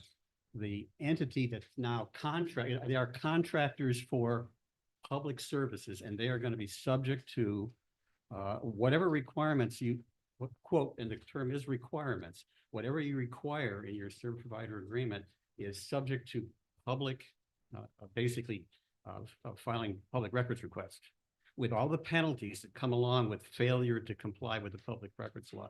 And those ultimately can include criminal penalties. So now, if it's a service provider, there's a more complicated process that the public has to go through to file a public records request. They do not file public records requests with the organization. They file public records requests with the district because it's essentially it's functioning like a division of city of the district government. And then the district has to demand the information that the public is requesting, as long as it's not From exempt for some the reason. organization. So that is not a burden that gets imposed on, and then we've kind of, the state law was changed at one point, in the last 10 years to impose that additional requirement. So when the service provider agreement concept came up, that was not necessarily the requirement, but it is now. So that's something to keep in mind. If you're going to call yourself a service provider and you're going to have a contract, And you are assuming public responsibilities, just as if you were a public official. That's not true for a permit. So that's a factor to keep in mind. Thank you for that clarification. Kind of supports, I'm sorry. Rich. Rich.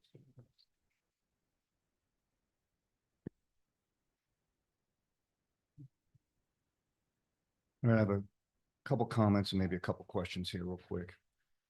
So I heard, as I'm doing research about this, I heard grumblings around the community that maybe a couple of the sports organizations wanted to get out from under the AAL. I'm not sure if that's true or not. Not necessarily heard that. What I heard tonight, though, was that the sports organizations, the different leagues, like having somebody do their paperwork. And I assume when you have this many leagues, that's a lot of paperwork. So nobody likes enjoying the paperwork. And I'm gonna direct this to Wendy. So if you guys on the executive board are doing all the permits and the paperwork, is that correct? For the Indian Trails Parks, yes, I'm the main one who For each submits the league? permits, yes, for each season, Okay. each league. Mhm. And I know that's not fun. Probably you come home at night and you've got your family and other things to take care of after work and Don't stuff. tell my boss, but sometimes I'll do it at work. Sometimes I won't tell your boss, okay? It's not like this is public or anything. So as I just said, it seems like the SPA makes it easier for each individual league with their paperwork.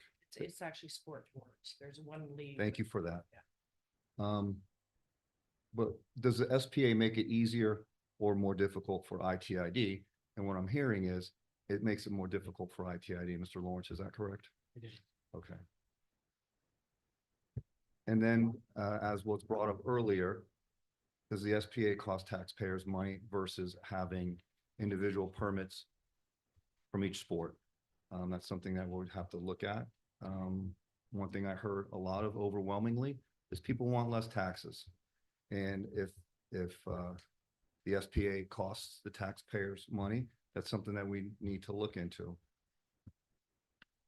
The other thing is that other things that I've been told as I'm doing my research is that the SPA sort of gives an authority, and this is a strong word, an authoritarian type use of our fields, possibly not allowing for other sports organizations or other people to use our fields.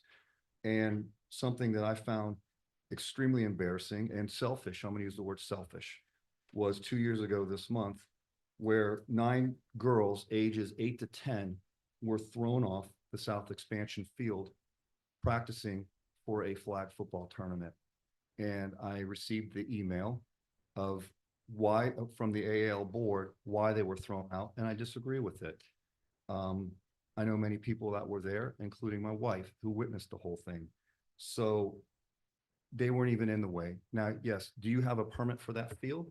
Okay, but that field was huge, and I have pictures of it as well. And maybe 20% of that field was being used for football evaluations. The whole field was wide open, and 9-year-old, 8-year-old girls are being blamed for tearing up fields in the email.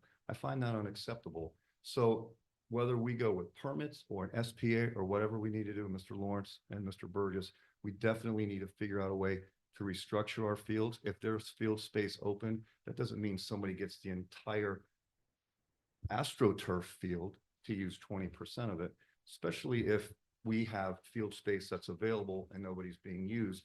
I find that maybe this is a way for the Indian Trail Improvement District to actually maybe recoup some funds with our fields, whether, and the board can decide whether we have people pay for permits, reduce permits, am I correct?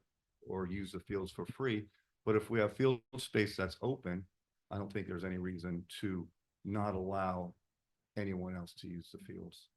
And And I don't think you're referring to competing leagues, right? You're just referring to kids practicing. well, they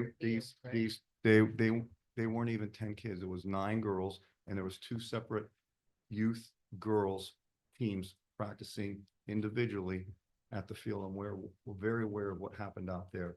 That can never happen again. I was all about public service for 30 years and taking care of everybody, especially the last 15 years in this neighborhood, no matter who they were. We cannot allow anything like that to happen again. Thank you. Patty and then Debbie. So, to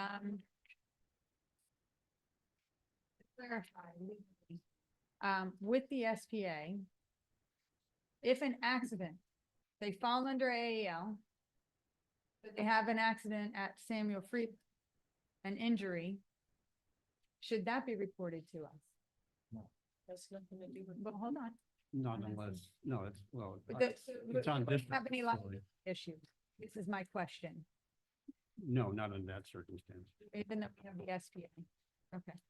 Yeah, I mean, the SPA is not, an SPA is not gonna substitute for the organization's other responsibilities. And that, also, just to clarify a bit, the important thing about an SPA, certainly the board's ability to have an SPA, is that they have to be drafted carefully, so that because of the public records, you know, and liabilities that the organization's accepting, the statute uses the term whatever is required in the agreement must be available for public, available to the public upon request.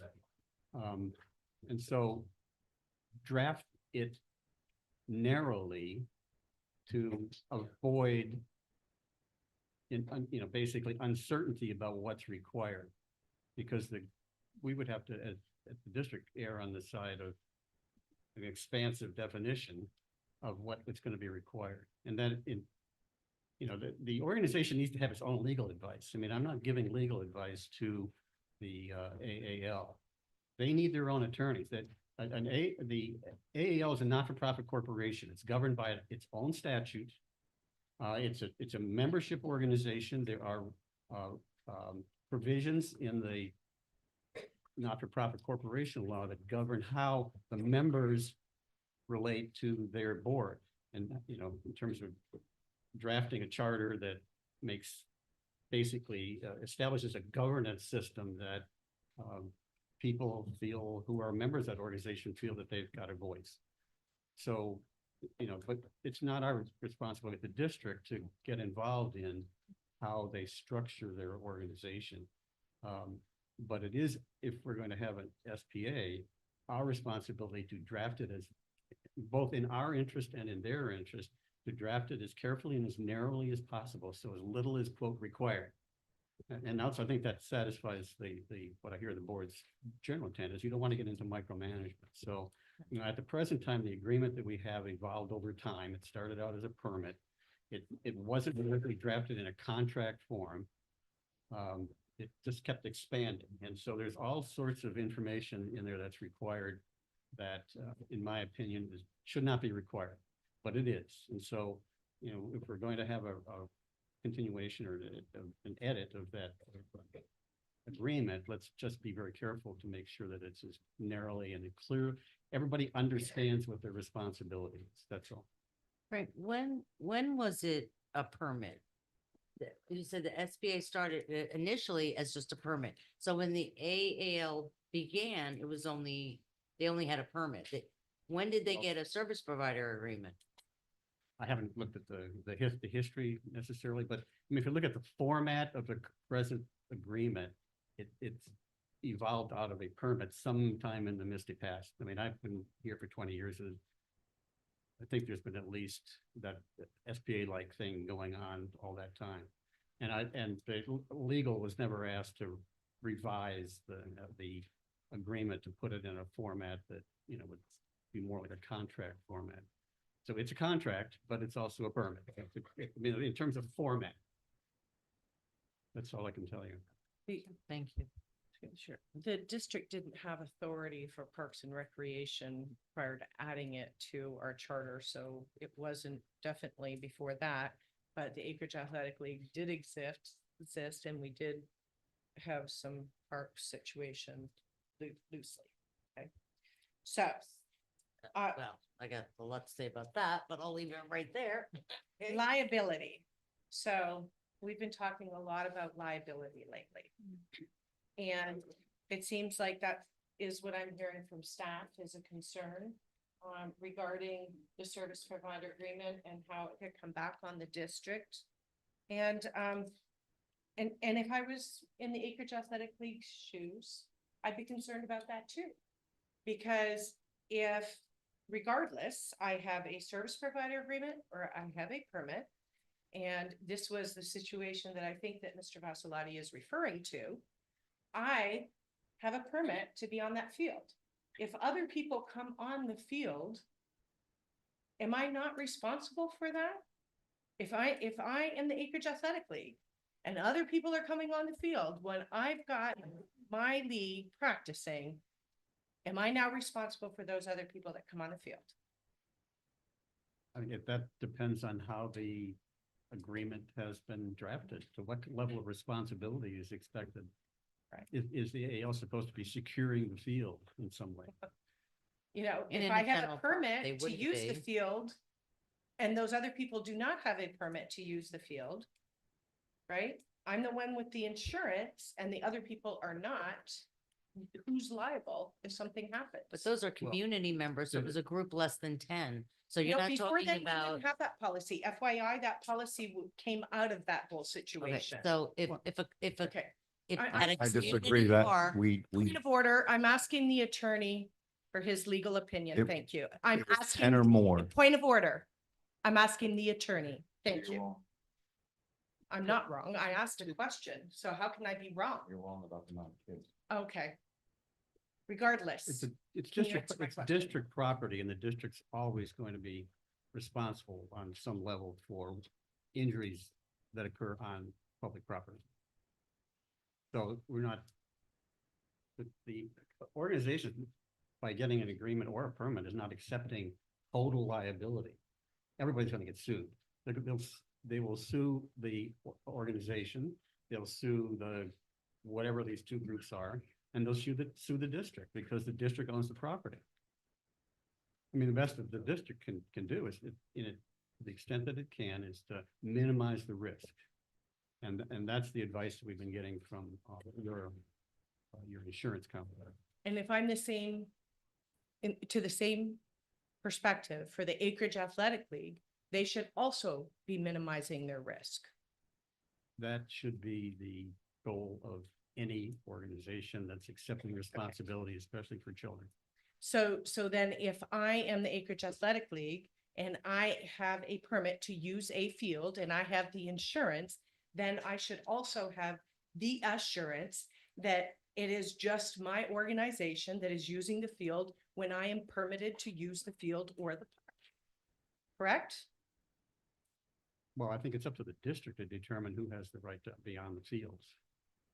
Okay, so the way that we've always operated under the service provider agreement was that other people, other organizations, even the public couldn't go on those fields unless they were invited to be there. If the Acreage Landowners Association had a flag tournament going on, you can't have members of the public just go and start using the field. Well, they've got a permit. They're using the field.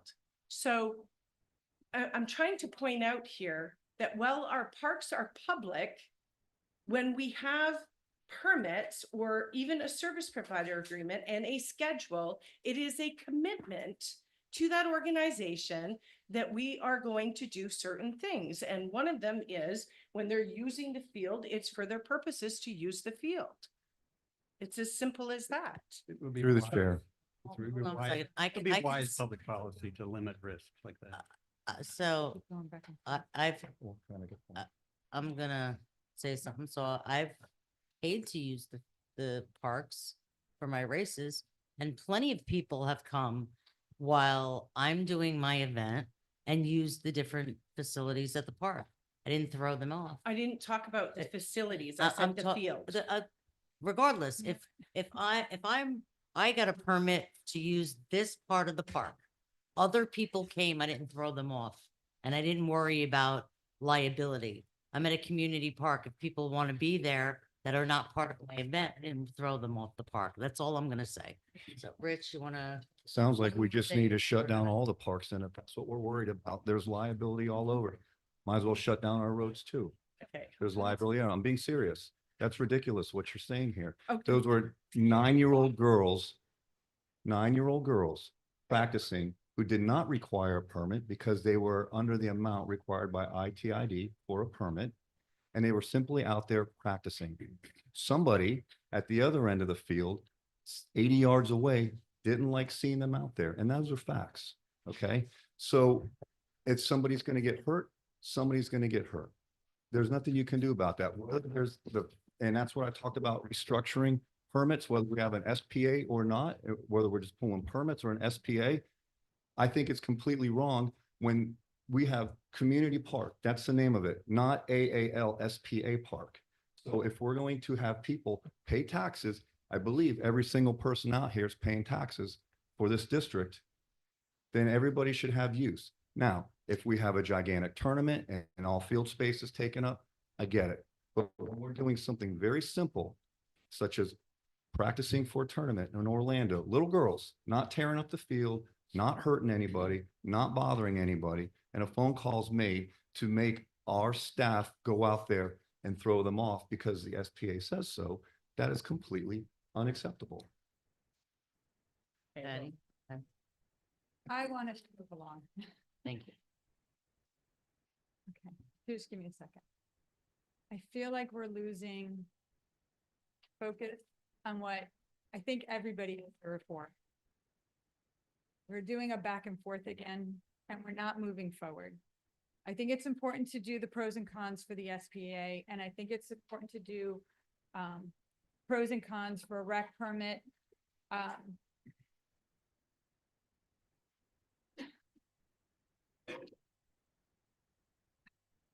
I don't, it's like, this is just going so far off track. I want us to focus. I want us to stay. I want us to start picking out the things. Some reasons why people want an SPA. I don't think they're understanding exactly what the SPA does for them. How can you see why I am against an SPA? I'm against an SPA because I believe that it puts us in arm's length of view. And the community, the people that use the park, feel like we have control of you. And in some ways kind of do, and in some ways we kind of don't. And I think we need to sever. I think we need to sever that and let you guys be you. Let you guys be you. If you guys want to pull a permit, a rec permit, pull a rec permit, and you just have to worry about you. And then the people know who they have to turn to and who they have to go to. They should show up to your meetings and voice their opinions, and hopefully you guys listen and, you know, make whatever adjustments need to be made if any are needed. Please give me like one good thing that you see in SPA, because it sounds like you still have to do record, you know, your permit request. It wouldn't matter if you had an SPA or not. It sounds like if the board wanted, we could decide to do one that's an exclusive permit to or we could decide that it's a seasonal permit with a background of, if you get something, you know, if you get yours in, like a reminder, hey, don't forget, you got to have all this in so you can do for the next season, similar to what baseball does out at the county park.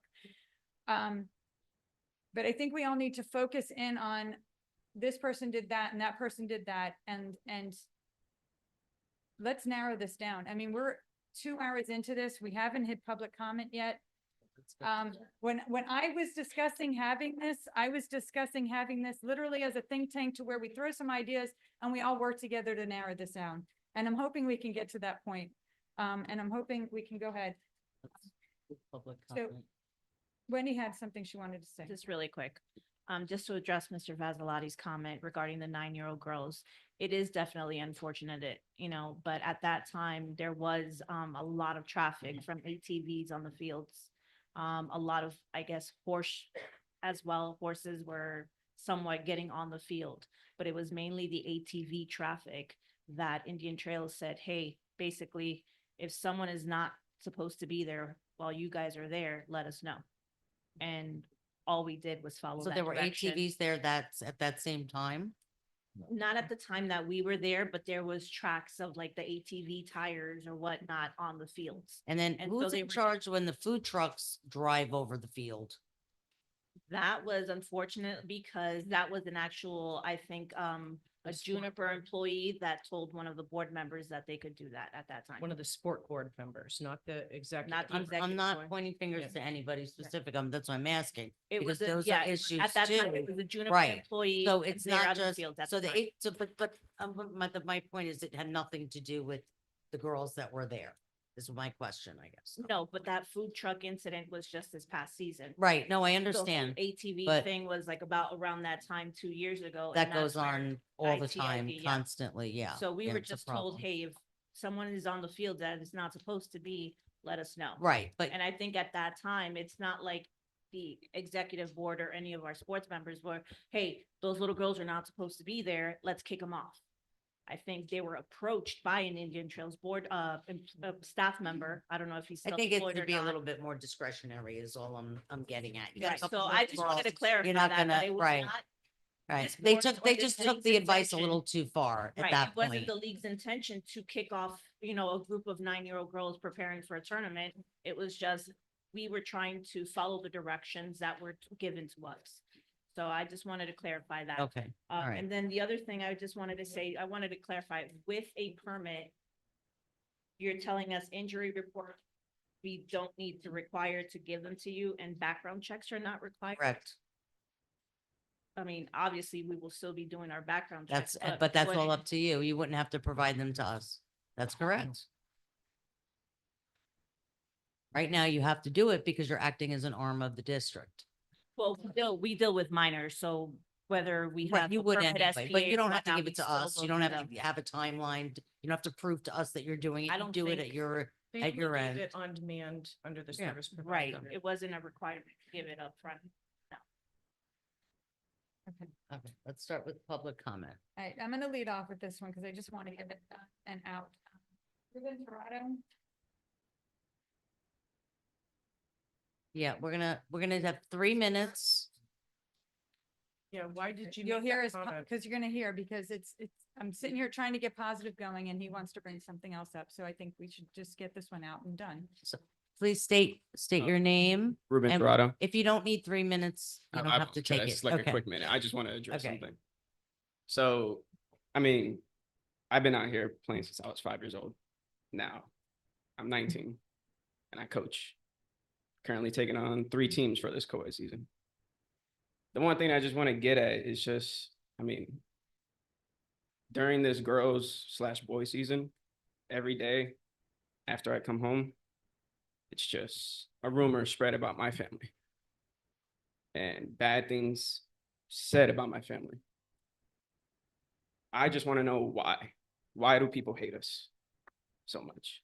I get the consequence when we run these co-ed seasons and basketball seasons. Like, I get it. You're going to get hate. You're going to get all this nonsense. But I just want to know why.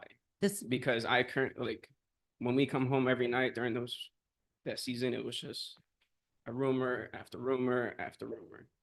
And it's like, And this at is the- coming from within your organization and the parents, right? This is not something that's coming from the board.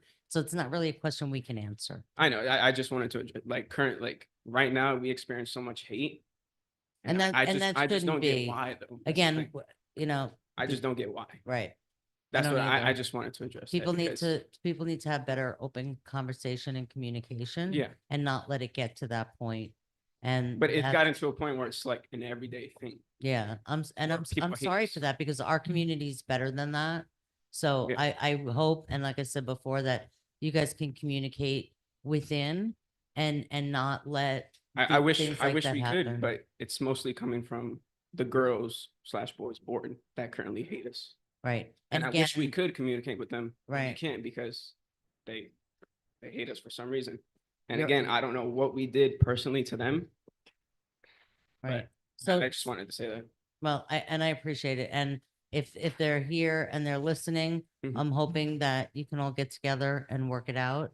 Again, that's not something that Yeah, I know we something you can guys can't- control yeah, I or know. do. And I'm sorry that it's happening because like I always say, it only hurts the kids when the parents are fighting.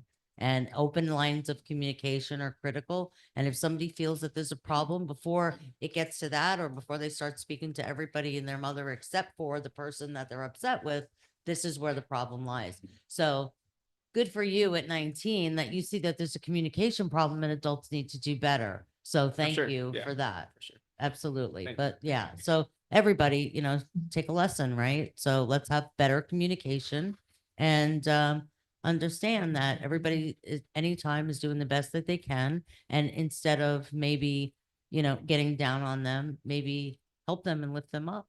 Maybe they need some help. And keep those lines of communication open. Yeah. Thank you. That's all. Thank you. Thank you. Yeah. I had one card that just, they didn't want to wish to speak. That was Brandy Claude, in support of SPA for AL. Okay. And then from there, Emily Wiggs, and after Emily would be John Meredith and Jennifer Holly. Hi. So I'm a parent and on the board with Kayla for the, Just state your name for the oh, sorry, record, please. Emily Wiggs, Wiggs. Thank you. On the board with, Kayla for the softball. And I think, like she kind of mentioned, we have a core group of girls actually on all the 3 teams that we've had that have kind of bounced around until this past year and a half when we started up the travel program there. So it is nice to have that security of the SPA, knowing that we have a home.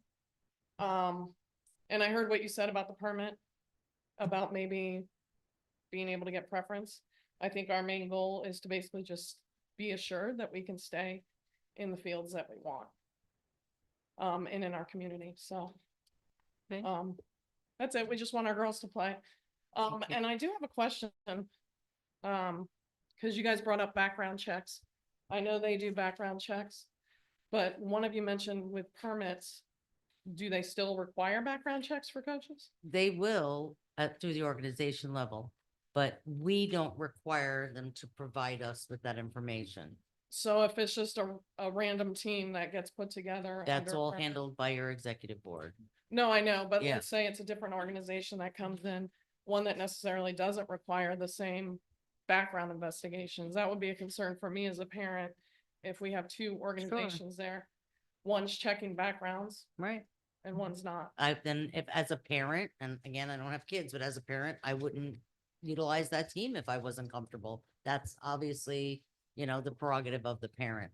But again, it's not, that's not for us to, Through the chair. Yeah. I think also within the permit, they're gonna have requirements of certain insurances, correct? insurance, yeah. Insurance to protect, including whatnot. So- Insurance and things like that, but as far as like you guys are getting at, that part wouldn't be required, at least for the district to confirm that that's valid. Right. We don't do that even with regular permits. It just kind of separates it, makes it. No, I know, but they do require it, the AAL does. Mhm. And so my question, I guess. Well, just was don't if- don't join that organization. No, I know, but if they're on the same fields, like if they're on the field next to us, it's just a concern I would have as a parent. Well, I don't think we'll ever allow 2 separate organizations using the same field. I mean, that's just, Well, I that- mean, it's it's not in even, the same complex, I guess. yeah, is what I'm- that's not, I don't even think you have to worry about that even being an issue.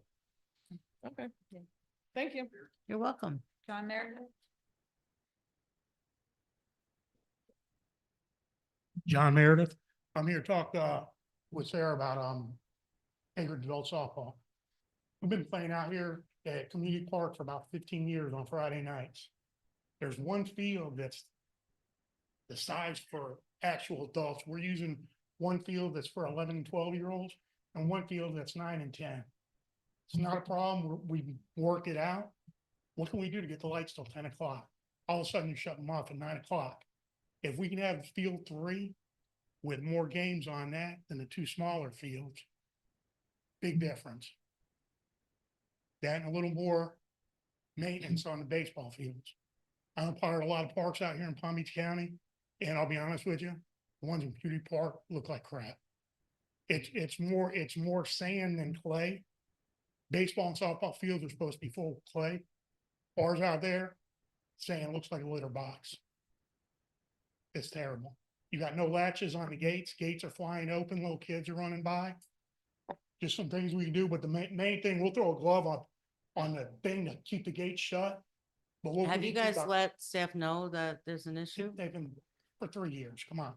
Where, Really, if staff needs me to tell them that, they're obviously not doing Well- their job. You got cracks, you got All right, we're not 6-inch gonna- cracks as you're walking into the dugout on the sidewalk going up to the press box. No one seen that in 3 years? Come on. I Can- mean, I'm just saying, I'm not bitching it down. I'm just saying, it looks like crap. I mean, community park used to be when 15, 20 years ago, and your kids played out there, we'd have games out there at 8 o'clock in the morning till 8 o'clock at night. 100%. Those fields aren't being used right now, and there's no reason they look like shit. That's probably why they look like, But- because they're not being used right Okay, now. but still, we're paying for the maintenance of the Right. field. I mean, Can I say, I think one of the things I discussed with Wendy and Michelle was to bring baseball back to Community Park. Because it's centralized and it's right in the middle of the community and we'd get more people utilizing I'll it. be honest, I wouldn't bring them back right now the way they are. Right, but it would be something that we could look at in the future and get this Absolutely. cleaned up. But I think Sam Guys, Friedland is. so Audience, far away please. That the majority of the people that live in Loxahatchee don't want to drive that far. So, Agree 100% with you. When I was running the league Yep. and they had meetings out there, mhm. I gotta work tonight, guys. I can't make a meet. I'm not driving out. And we split the fields, split it so that we kind of and I did have this question for you. I wanted to make sure I was thinking this correctly. When they built that field, they really didn't have any organized rec sports there. Did they come to us and ask? The A- commi- A- the AAL? commissioner and I know it's a public meeting. They wanted to get that field built before the commissioner went to jail. Yes. That field should have been built out here at Yes, Community yes, Park. I'm very well And the aware. Board of Supervisors and the I'm very, commissioner very at the well. time had both their heads up their asses, Right. excuse my language. That field should have been out here at Community Park where the expansion was. Right. That's where it was supposed to be. 100, but I feel like they were like, hey, the park isn't getting utilized. Can we split it? I feel like that's why there would have been a, what did you call it? A legend permit. or Legacy. Yeah, so, and I know back then we split it. So we would do weekday games here and Saturday games out at the West Park. And let me ask you guys a quick question. Was that the board's decision to shut down the fields at 9 o'clock, shut off the lights, or the staff's decision? And the only reason I'm asking, if it's a staff's decision, does the staff run this guy, run the parks? And nothing against you. I don't know you. I don't know who runs the parks. Or is it the board making the decisions? The board approved this policy that was brought to us to close the Why park was at that? 9 And the o'clock. Reason I'm asking too, you got the football Yeah, fields. that we're when kids are we're practicing. getting way off track. When you got high school kids, when you have so many teams practicing, you got high school kids that started practicing at 8:30 at night. I don't know what they're doing now because I haven't been involved in the league. All I do is Friday night softball. But if they're shutting down the fields at 9 o'clock, depending on how many football teams you got, you can't get practicing. I heard they're not doing overtime games now because the lights go off at 9 o'clock. How the hell are you gonna stop a game if it's a tie? Because the lights go off at 9 o'clock. That's community park. Park should be on till 10 o'clock every night, as long as the fields are being used. If they're not being used, shut the lights off. On the football, leave the baseball on. If football's going on and no one's on baseball fields, shut those lights off. You have a park guy that runs that. And if it's a problem going till 10 o'clock, have them come in an hour later. It's not like they're doing a lot of maintenance on certain days. The one guy who's shutting down the park, have him come in an hour later and stay till 10 o'clock. Thank you, Jim. All he's doing is shutting down the bathrooms and the lights and locking. And, it. I'm just gonna point out one thing before you sit down. Remember, the focus was the football fields for a long time and a lot of money was spent on that. And we've had conversations about the baseball fields. I do have So, one other question. though. One thing at a time, all right? So, What field are you putting artificial turf on? inside the track. South side. And that's coming No, from, no offense. that's coming from What the decision is county. that? That's coming from the county. Why So would you- that Why would money, you do that that's, when you're putting a field out there, you spend all that money out there, you got no lights. It's not gonna get utilized half the year. gonna have, It has lights. yeah. It has lights for the whole field? For It's the south side, track. yes. Yeah, it's where the track is. Okay. Okay. Thank you. Through the chair. So just because this is something that has been kind of a pet peeve of mine. The board went along with changing the hours of the park. I have had a problem with this ever since we did it. Our park at Acreage Community Park was the only park that we had lights in, and it was open until 10 o'clock. And there were reasons for that. And part of that had to do with the scheduling of the sports. That has also put added burden on being able to squeeze everything in. And so I'm glad that you brought that up tonight, John, because I really think we need to get back to having Acreage Community Park open until 10 o'clock. Because and we've had this problem over and over. I've been at the park where the lights are going off. We still have people on the fields. That shouldn't be happening. You can't have a game that goes until 9 o'clock and then have everybody out of there at 9 o'clock. We really need to have the park open until 10. All right, well, we'll discuss that another time. Let's get through this. Jennifer Holly. Go ahead. I'm sorry, we need to address some of this because Okay. because you can't leave this on the record and not allow us to. Of to course, reciprocate absolutely. What the real facts are regarding the lights out there. So if you want to real quick. Well, for the baseball fields, I've been here for 5 years in February. They've been like that since I've gotten here. Backstory on it, I found out from older staff that are no longer here. They end up dragging it too deep and they brought the rocks up into the clay. It is going to be an expense. It has been mentioned to the board as one of the items that we need to address in budget for. We don't currently have the budget for that. Doesn't mean that we can't clean it up. Staff has bought drags that we can go out there and try to get the rocks out. We did get a lot of the rocks out. It's still without a lot of remove proof. One of the things they used to do over the past that was incorrect, and this is one of the reasons you guys have a lot of clay out there, is they kept adding clay to the top of it. Instead of fixing it and removing what was bad, they just kept adding more. So you end up having like 3-4 inches of clay that would overflow into the center areas, clogging our drains basically. So we end up taking a lot of that out and cleaning up as much as we could within budget. As far as the lights, just not to start anything, whether we go till 9, go till 10, we'll have an issue. There's always at least somebody that's going to hang out, give staff a hard time with not wanting to leave. We did this in the past with the past director, and there was times that we'd be out there till 10:45, 11 o'clock. We don't know what time to send staff home. It's costing overtime hours. It's tough to budget. I do get the whole thing that they need the extra time. I agree. As long as whatever time it is, 10 o'clock's 10 o'clock, 9 o'clock's 9 o'clock. Right. Wrap it up. Unless there's a need for overtime. But if there's practices, there shouldn't be. But Well, if you you have a game, I can get that. You can't schedule right to 10 o'clock if it's closing at 10, but the problem is that you can't be done and out at 9 o'clock. It's impossible. That will be addressed, whether it's under SBA or permit. If they Right. let us know what the time schedule is, then we can extend the lights. Because Right. There is a cost to run those lights. Right. to the district. Right, We exactly. don't need to And for run staff. them. Right, so that's a conversation that can be had on an as-need basis. So if you know that you've got a tournament or you've got a game that's gonna be late, you get with staff and say, hey, we need later time. That sounds reasonable. Sometimes we're unaware of when games can go into. Right, overtime, 'cause so- It could be a last second buzzer, Right. fourth quarter, 10 And- seconds and- left and it ties up, so. Right, and Kenny, how would you deal with that? So in the past, and even when Carlos was the president, all I asked for is at least a 30-minute window, 15 as the very minimum. So the only reason these lights are on an electronic system on an app. If I don't adjust them within a 15-minute window of what they were scheduled for, I can't change them. They'll just shut off. And No, once and they shut off, Guys, I in could- the yeah, audience, I please. completely get it. It just when like last second, buzzer beaters or whatnot that tie up a game and we don't have that time allotted to contact. That's when we get into the problem of, okay, the lights are shutting off. We have minors on the fields when it's pitch dark. And to us, to the league, that's a liability for us. Or the phone's not answered. So I've had that happen where I've called, I've been there, I've been on the phone field, so. Jennifer Holly. Jennifer? Okay, Mike, I have Mike Monroe who's online that would like to speak. Unmute and you're ready to go? Yes, can you hear me? Yes. Yeah, sorry, I had to pull over. I'm out at practice.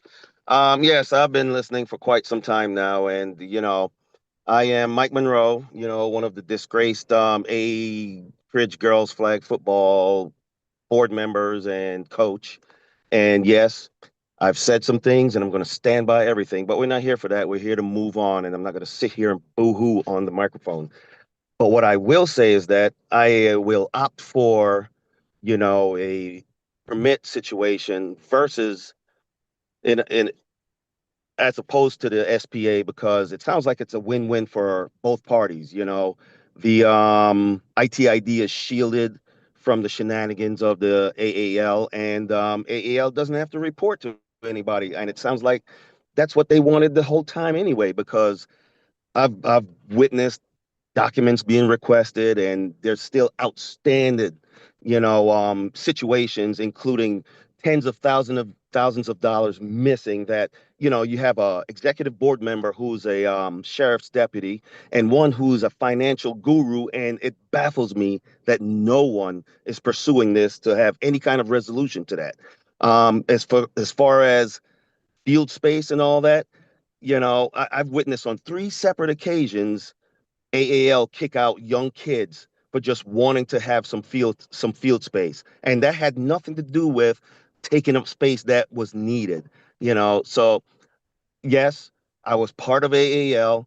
Yes, I bought into all the trash talk they said for ITID, but you know what? You know, I was working on a one-sided information situation. So here I am, and I just wanted to give my 2 cents that it's bad business. You know, we're here now because the AAL dropped the ball, and no pun intended, you know, but it is what it is, and I opt for a permit situation. That's all I have to say. Thank you. Thank you, Mike. I got Daniel Duncan, Jeff Grafton, and Stacy Marino.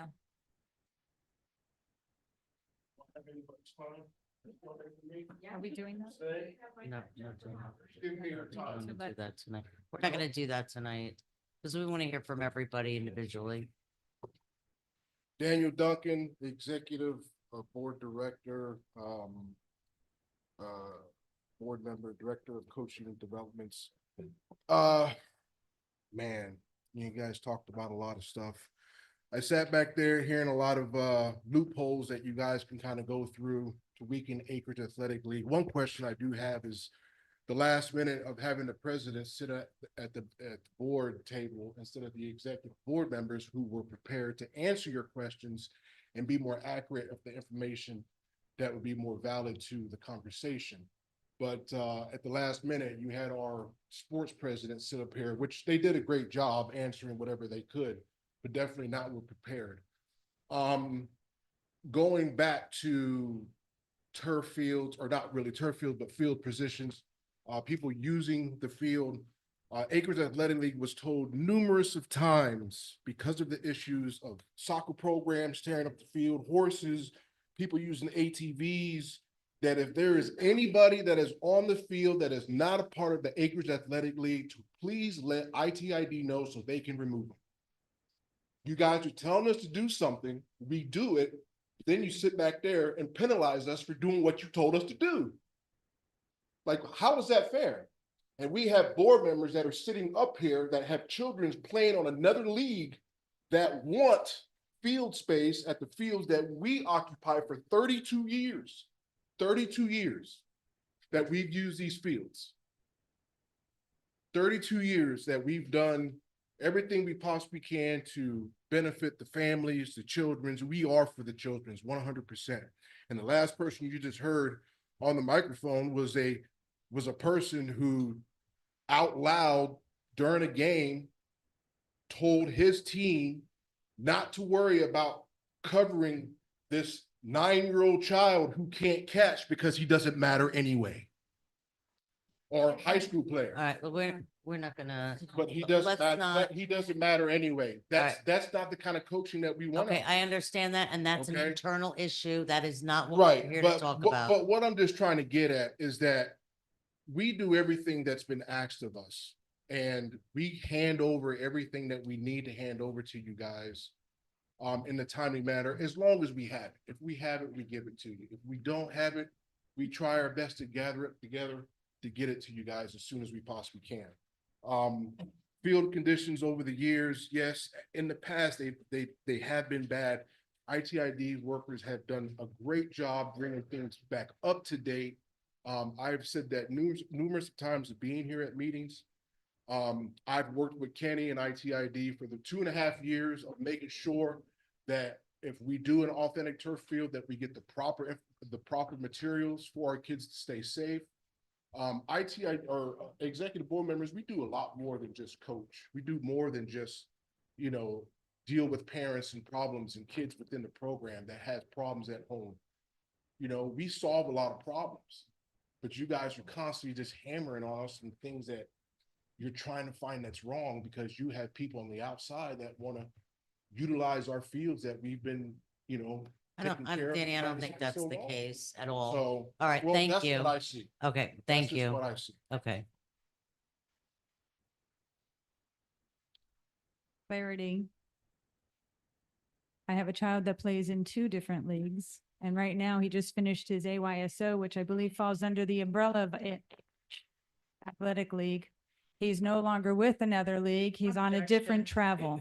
We're having back and forth with the public comments. we've This is done- not the board oh. portion for discussion, so. For the goose, what but are we not for the doing gander. here? I get it. I get it. Good All for right, the guys, goose, but not for The guys. gander. Let's not argue. I'm making a clarification. I'm making a Guys, clarification. please. Because I'm tired of accusations being put out, and I'm not gonna sit here idly and just let it go. And I don't have any intentions, and as I explained to Wendy in my meeting the other day, I did not, when I got on this board, it wasn't because I wanted to take AAL out. I got on this board, let me say, I got on this board because I showed up at a meeting that AAL was going on that broke everybody up 3 years ago. And that's what got me to this meeting. And I witnessed everything and I saw how a couple of board supervisors behaved and I thought I could do better. And that's what got me here. And that's my agenda. It's not to go and get AAL out. Next, Jeff Grafton. Jeff. Jeff Grafton. Wanted to clarify something. The service provider agreement that we have, Mr. Basilati was saying that you're going to save $10,000. I think you have a $16 million budget, something like that. So that's a drop in the bucket. I believe, I have a question for Frank.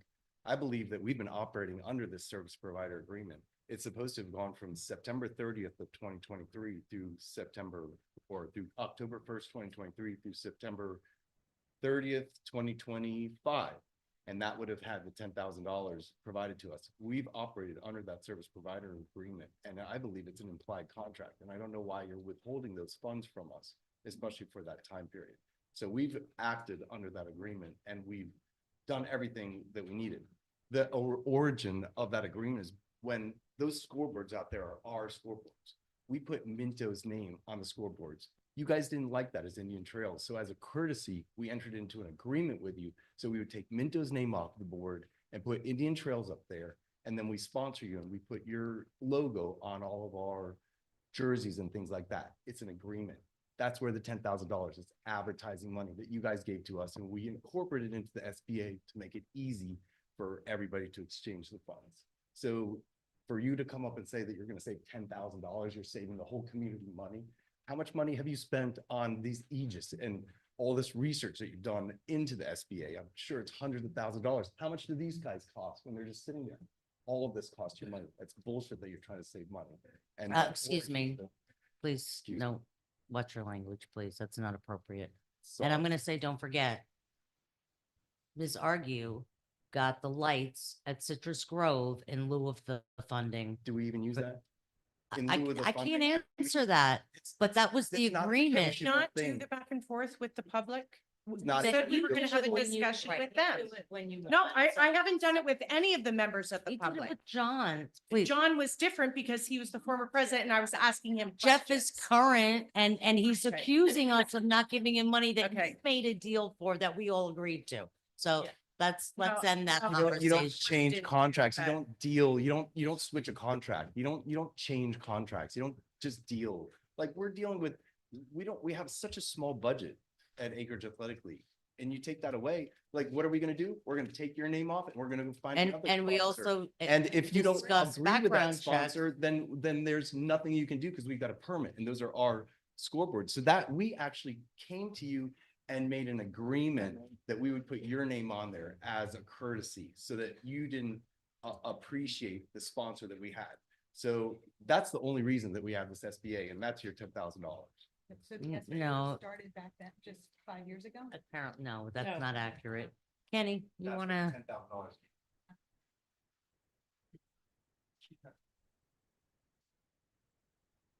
The scoreboards, What about, I'm sorry, they're saying they belong to the athletic league. they do. Okay. They do or don't. Thank you. They do. Well, we refurbished them. We do have an investment in them as well. I'm sorry, Jeff. When what? we redid the park over there, we actually had to replace all the internal parts of it, including the lights and the surface. Okay, and what did that refinished. cost us? It was about probably $500 each. That's not bad. So you're probably somewhere around. Okay, so it's all a give and take, right? Well, yeah, I mean, so. I And how think much that should we how- spend on maintenance of the fields, and how It's- much should we spend on it's- building the fields? Well, they- So let's not, Yeah, 500, a little over 500,000. Like, that's your budget. But you're getting it for free. right, you I right, just- all right, let's move on, next, So- go ahead, no, but Yeah. let Burgess finish. As part of the FY 26 upcoming budget, I'm gonna recommend to the board that we have, our own scoreboards out there, that the board consider that. Because if that's gonna be held over our head, that they wanna go to Minto who are appealing a lawsuit that we won, this is getting over the top. Okay. Chair, I don't think it's appropriate that we have staff reacting to things that are being said. I think we need to Well, I listen to think- what's being I said. understand, but we can't Okay, have, but that's a reactionary comment. I don't think it's appropriate. okay, you're entitled. Through the chair, I think that comment is appropriate, Betty. That comment is appropriate. There, when you're being attacked and accused, Okay. I would give you the same privilege, I would give Patty that same privilege. Allow you to put the name on, and we've never argued that, and now you want to. And at our park, we're not. All right, that's enough. Just Stacy, go ahead, huh? Stacy Marino. I'm presently serving on the executive board. I'm newly elected. I have a couple of questions regarding the SPA. Who, if we do either permitting or SPA, because you keep saying there's a difference between the two, who is going to get priority on those fields? Excuse me? I believe that will be discussed. I think. When we make. So this is make a big decision. deal for us. So when we're Sure. asking for our SPA, that is for that home field advantage. So this would be our home fields. So we have a place that we have that all our kids are coming to year after year. So it's not season per season that we're not sure whether or not this is going to be our location. This is our home base as the AL has always had a home base. So it's name recognized. When you say Acreage Athletic League, they know exactly where our fields are located and those kids know where they're going to play. It's their home fields. For some of those kids, my daughter including, that she's been playing there since she was 8 years old and is now out there coaching. This is our home. So it's more than just a permitting war that's going on with everybody. And it's very important that we have a home base. If we open it up to just permitting, what is going to stop other organizations from coming in there and directly dividing up our community? As we've had with BA, which I know you guys know that animosity that's built, it's hurting our kids. We've got friends on both sides and their kids are like, well, we're with BA. We don't like AAL. We're with AAL. We don't like, we have little kids involved in this. This is not And that's fair. why we're trying to stop that. But this divide. isn't stopping. This isn't stopping. But what and I we're think- doing isn't stopping it either. However, just give me my 3 minutes and I understand where you're coming from. I see the passions on both sides and I also see this affecting our children. Putting it under the umbrella, giving the SPA to AAL gives that home-based feeling that we can all unite under one organization. And if BA wants to come out and play on those fields and they come under the AAL umbrella, we're all playing together. We are still an organization that's together. If they want to have a travel organization that's under the AAL, they're also getting permitting on those fields. And then we can play together and maybe give that time that we can play against each other and scrimmage against each other. So when we go out to the other organizations out to Tampa and to Disney, we are one organization coming out of here and our children are staying home. That's the most important thing. We're not losing them to Palm Beach Lakes and Palm Beach Gardens and to Royal Palm, that our kids are staying here to play on these fields. We need to stop dividing up our community. That SPA gives us that home-based feeling, that one unified front, and AAL organizing it, and we can all play out there together. There's nothing wrong with that. I would really like to see us all come together under one I'd umbrella. like to see that happened as well, for you guys all to get back together. I don't find think the plans. SPA prohibits us. I think that gives a little bit more freedom for you guys, but not necessarily protects us. I like the There SPA might be because it gives ways. us, we Right. need to find a way to solidify and give us all the reassurances we need. However you want to word that, it gives us the reassurances we need that this is our home. This is where we stay. Absolutely. Thank you. Thank you. I would like to just state that's why I liked talking with the baseball president, because he gave us the opportunity to know how the county does it.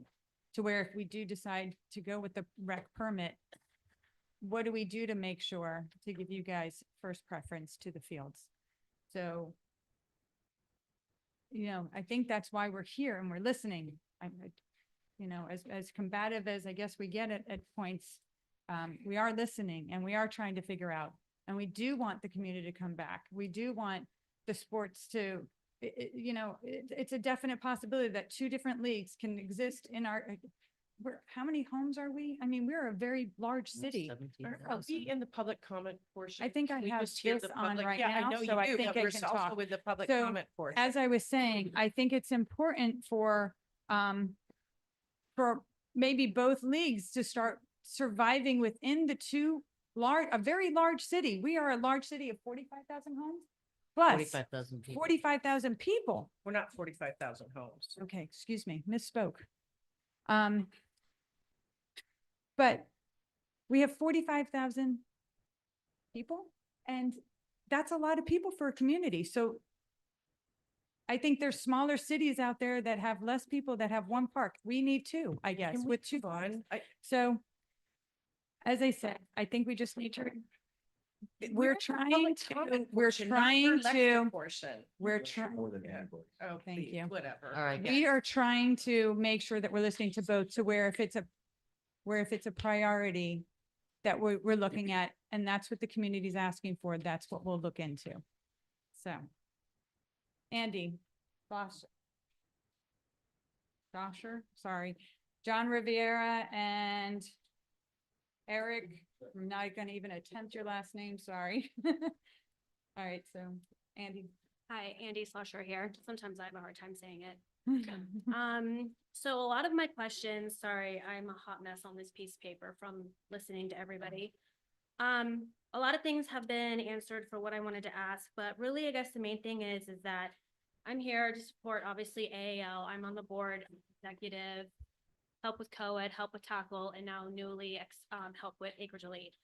I guess our biggest thing though is the security. Like if you take away our SPA, we are afraid that, I'm with Stacy, that we can't go season to season. Like if we get permits, we want to know that 2-3 years from now, we're still going to have little Johnny playing on the Pee Wee team, who's still going to be here playing on varsity. Like that's our biggest thing. I overheard just with the comment that Stacy made that some people back here are for another league, and they said they didn't want to work with us. I am very much over this league, that league. I would really love for us to come back to one community. I'm not really sure exactly why it got out of hand like it did. I'm really over it. But with listening to that saying that, no, they're absolutely not, they don't want to work with us, then how does that, I guess, give us the security of, hey, if I put my permit in for co-ed, how do I know that you're not going to give permit to another league coming in for that field space too? That's what I'm really worried about. And I guess other people are worried about that too. So if you're saying that we get priority, like, are we going to get that on a piece of paper saying, yes, the people who have been here do get priority of the seasons that we've had out here for 30 years? I guess that's just what I'm trying to say at. So with us keeping the SPA, that gives us that security instead of just putting it out as a permit to where it leaves other people to put permits in too. I guess that's really it. Again, my notes are all over the place. The fields, yes, nothing against you guys maintaining it, but it is a little gross. Yeah, and kids get hurt all the time on all the fields out there, including Citrus Grove. So I guess we would love for that to be fixed. Oh, and then one thing I do want to address, is that for recent advertising for co-ed, we purchased board signs, banners, yard signs, whatnot. We are under Indian Trail, so we did send emails requesting and wanting to know where we can place them. And several emails have been sent and we haven't gotten 0 responses of where we can place them. So we didn't want to just place it and get in trouble. So like we didn't put advertising out there for other people to see, yard signs, banners, nothing like that was placed. So I feel like we did lose a little bit of numbers because of that. So yeah. I think that we were waiting for dates, right? Because there was no permits that we talked about signage, didn't We're- we? There were Because no of everything dates. going on, Right, right now, we're that's not the only in a reason. position to even approve any of this. Because this whole thing's in negotiations, basically, I can't just say, okay, yeah, you're good to go. It's the board's decision on what happens and with this right now, so I can't say you can, I can't approve it. for our season already. Actually, that wasn't approved. Just because an application comes into the district doesn't mean that permit is or that application is approved. That came through at the same time that the SPA was being negotiated, so this whole thing's kind of up in the air right now. Right, so going forward, though, if we do the permit thing and we want to advertise and we want to place yard signs or banners, like, do we need your permission still to place that out there? Or is that we just do it on our own? It would still need to get approved by the district. That's part of the policy, but that would be a board directive at this point if they feel, say the permits get approved on Wednesday. Mhm. Once that happens, I then have the right to say, okay, you guys are good to go. Okay. I don't have that authority right now, district, to do that. So that's why you're not really getting the answer because we don't have an answer. Well, I think she was actually referring to because our initial permit came in August of last year for a co-ed, Which is also during. the which was, we negotiation. were still under an SPA at that moment. So that's why we were trying to figure out. We were trying to figure out just where to place yard signs and whatnot, like we always do. So no, staff doesn't pick them up just on the sides of the road. So, but yes, the initial co-ed permit was placed on August of 2024. I resubmitted it again for this purpose. Right, I mean, well, obviously, I don't need it anymore because our registrations are closed now. Just going forward, I wanted to know how to do that future. But I guess just my closing statement is the whole security thing. That's really all I wanted Thank to see you. out there, that I am for the SBA. Thank you. John?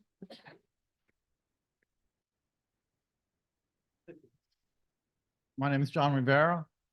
I'm involved with the co-ed softball, adult softball. We were the champions, 2024. Congratulations. And, yes, people do try to steal other people's players. I've been trying to steal Sarah for the longest time, and I tried, steal Richard's, wife, last season. They will try that, but regardless, I want to make sure that the lights are schedule changed to 10 o'clock at night at least. And then if I give you guys, who's gonna vote on the decision of the providers agreement or versus ITED, you guys or them? Okay, We 'cause I've seen this show before. I was involved in the Acreage Horsemen Association. We'd had the providers agreement. And not this board, prior board, politics gets involved. Different people think different.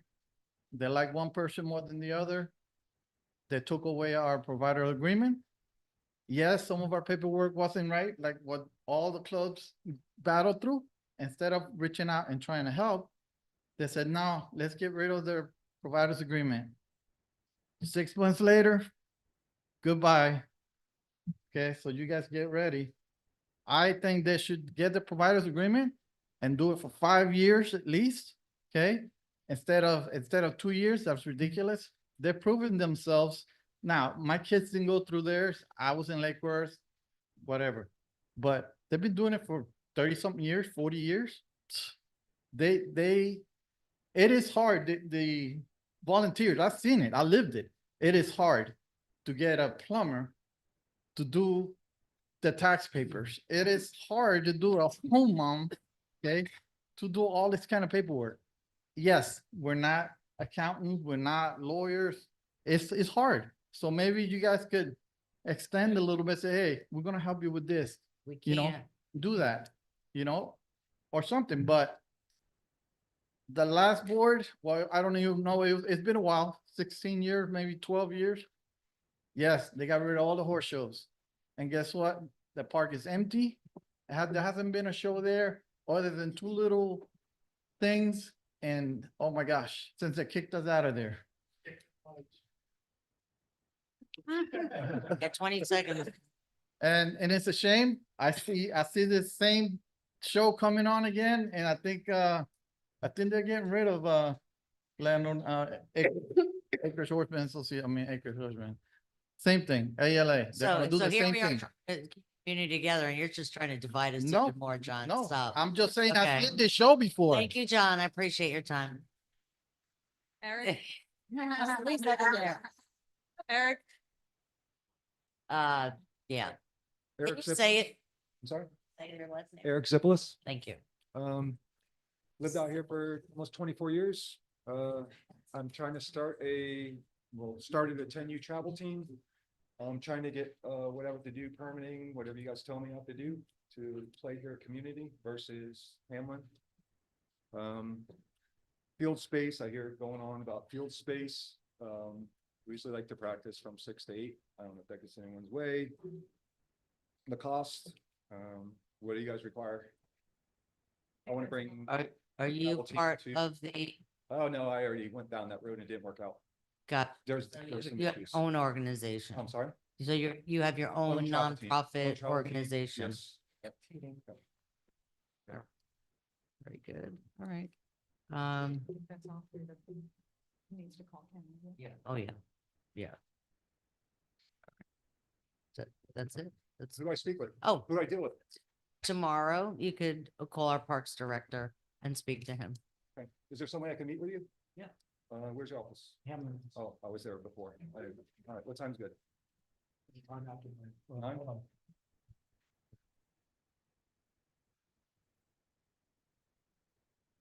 Do 2 o'clock. 2? A little later. Got to pick my son up at that. Or we can do Wednesday? Wednesday, Wednesday morning works. We can go in morning? Yeah. Perfect. Thank you. Okay, so we have, Joseph Paluccio, and after that, Don Holland.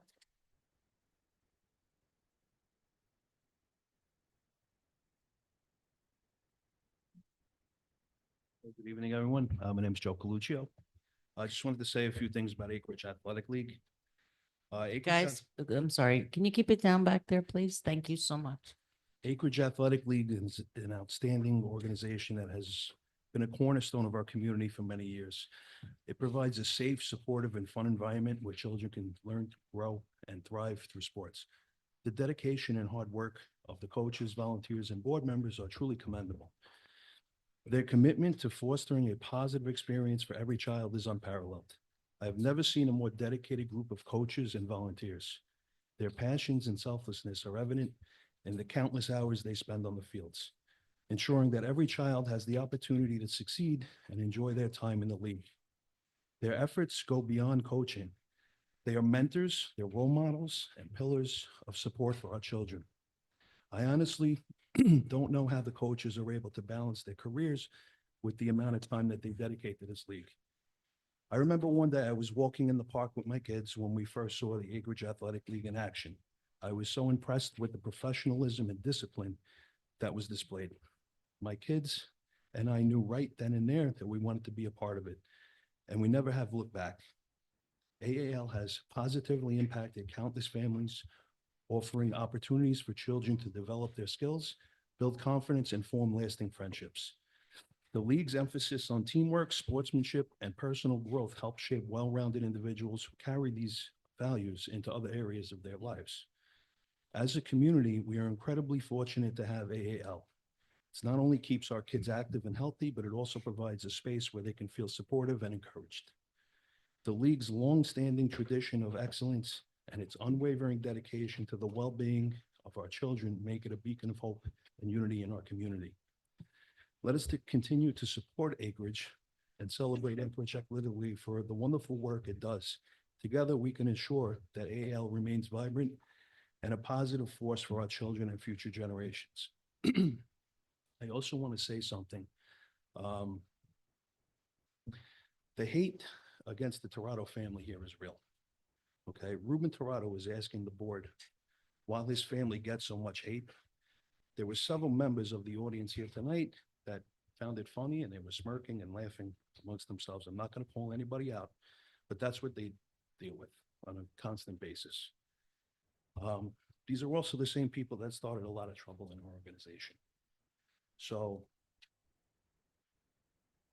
we all need to put our egos aside, do better, because it's the kids that ultimately pay the price. And I hope people will remember that and move on. Thank you. Thank you. You asked somebody to be quiet. All right. Well, I think, The last one is Dawn. Oh. Dawn Hollingsworth. that's it. That's it.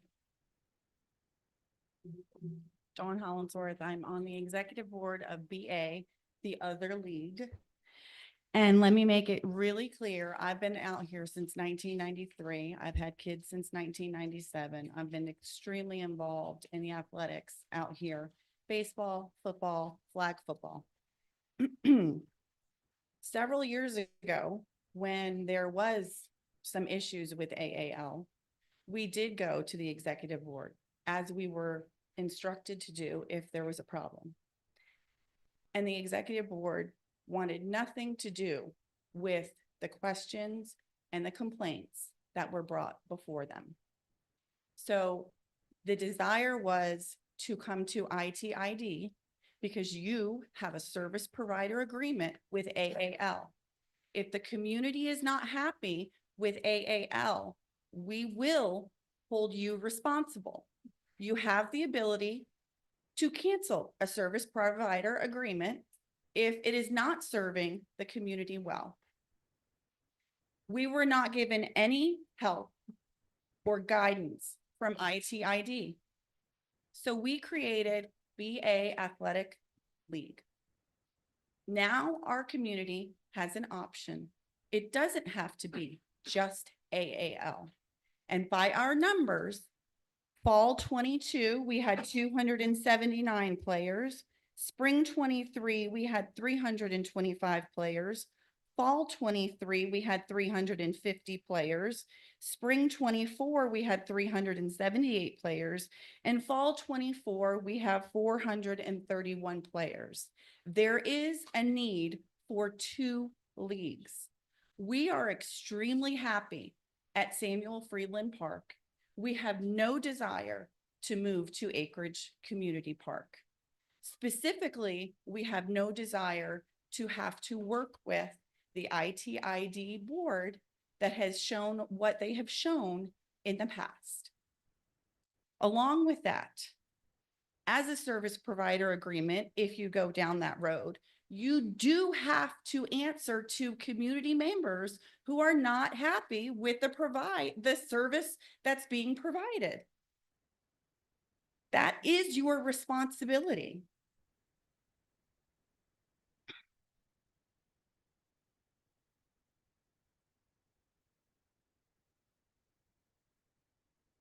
There's a lot of effort that needs to go into our fields to be maintained. We can't pick one sport to maintain a football field and let the baseball fields go to crap. We have parks that need to be maintained across the board for anyone and everyone in our community to use openly. It cannot be split where you have to have a permit to just go out and play and throw a football. Thank you. Okay. Perhaps any public comment. And I think we heard a lot and we have a lot for the board here to think about until we come to our next meeting. So thank you, everybody, for coming. Oh. Okay. Real quick.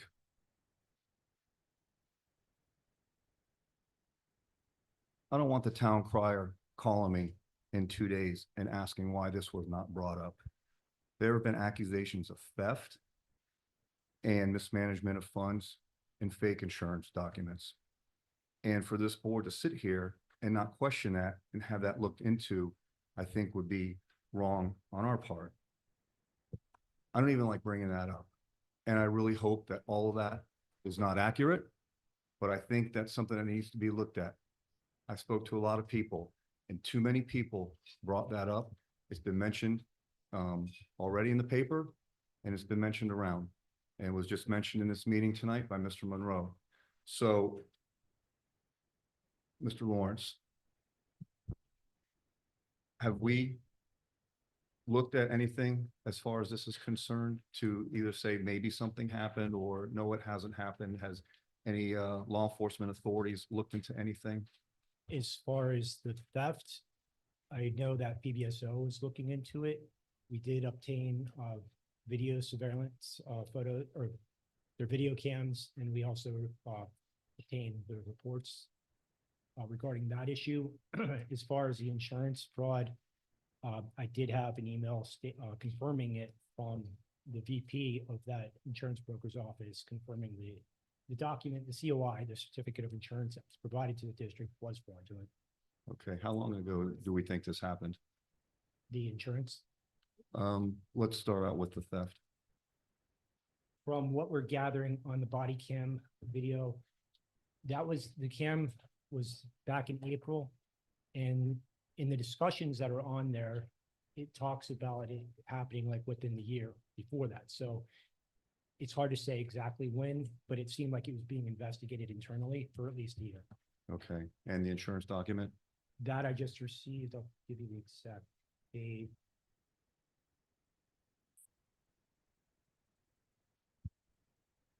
It was a little slow.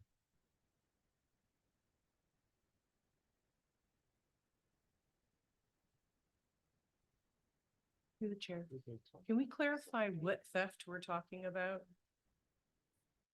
Is this I the can- baseball? Yeah, it's the. Did we not already establish that the baseball operating out of Friedland Park has nothing to do with the service provider agreement and the obligations that the executive board has with ITID?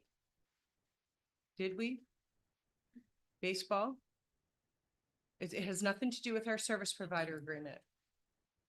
However, I think They're not under the umbrella of us. Frank?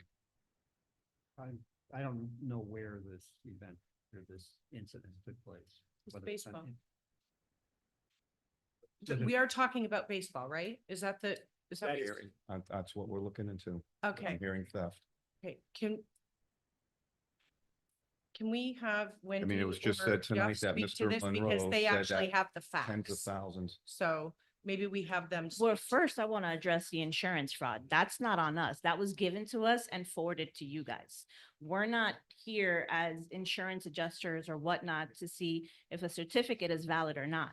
We get it, we receive it, we forward it on to you guys. So we have no form of validation of an insurance certificate or if it was fraud or not. So I just want to clear that up. And that was our first time. I mean, if you're showing up, what vendor was this? Because was it a first time vendor? Well, I didn't say vendor. I'm sorry? I didn't say vendor. I just said insurance. said insurance certificate. fraud. It was the T-shirt vendor, as I recall. Yeah, it was And Vans. you didn't even learn about it until the last meeting. Till the last meeting, Staff it never was told brought you up. About it. Staff And never as I brought it up. recall, They waived the insurance requirement for the vendor because we actually didn't have an adopted policy that vendors were required to give insurance in that situation. Correct. So We I did just not want, adopt I that just wanna, policy I just until the wanna, November meeting. I just wanna make that correction that when we get a certificate, we forward it along to Indian Trails, to Parks and for their review, and they forward it on to legal to see if it's good to go. I just get, yes, he's good. No, he's not. That's all I get. So I don't have any form, no member on this executive board has any expertise as to whether a insurance certificate is valid or not. So I just want to make that clear that we were unaware I don't until the know last who- meeting. Who is what? But when somebody says in a public meeting, tens of thousands of dollars have been stolen, and I've heard those that talk about the, within the community, that there's alleged theft going on, I think that's important to If look it's at. theft regarding baseball, it was an internal issue. Okay. And it was Did you not guys- like, Mr. Graff, did you call PBSO? Did you call PBSO? Okay. And that's what we're looking into. When we hear these things, that needs to be looked into. I don't know where we are on this. Do you want summary of what happened? No, not right now. Hold on a sec. That's what we're looking into. Okay, I have, sure. I have it. But I was speaking with Mr. Lawrence because he has some information on this. I'm trying to clear this up. I don't want a phone call from, I don't want a phone call from, I don't want a phone call from the media saying, why wasn't this brought up? This has to be brought up. Through the chair. So I don't know why, however, our staff requested the body cam video of the report when you met with PBSO out at Friedland Park. Now, Are we again, going to interact back and forth? I thought you didn't want to do that. I was speaking with Mr. Lawrence. you're putting things out there that we addressed at the last meeting, and it's absolutely false. I don't know. And we already established that it's not even under the service provider What I'm agreement. trying to find out is I don't want a phone call saying, why wasn't this addressed when it was brought up? So I think it needs to be aired. I'm hoping that it's nothing. I really am. I think in this case, when we're talking about public dollars being spent, it does affect us. Because, right, it does, because they're a service provider, whether or not what park it happened at or where it happened. I think it is something that's important for us to address. Mr. Hanson, Yeah, so guys, please keep it down back there. just quick, What you you're know, talking about being, you're showing me on at my personal residence on this body. Okay, it's public record. It's not, It's public record. well, that's why I'm commenting because. Okay, please, Let's talk about it. okay, please let Mr. Hanson speak, and then we'll come back to you. so just quickly, dealing with the T-shirt vendor, we didn't necessarily waive the insurance, we just said he can move forward with it. Then we found out because Mr. Morris was directed, reach out to the insurance company and validate that. Reason why we didn't necessarily bring it up right away is because we were unsure, and they still could, and they still may pursue criminal, The insurance company company. themselves, right? That's up to them, so that's part of the reason. The reason why I requested the body cam, and that was directed at me, or directed from me to Mr. Lawrence, is because we wanted to see what was on the body cam footage. We've heard all these things back and forth. It's the same thing that when, some of you asked why I requested it, that's why I requested it.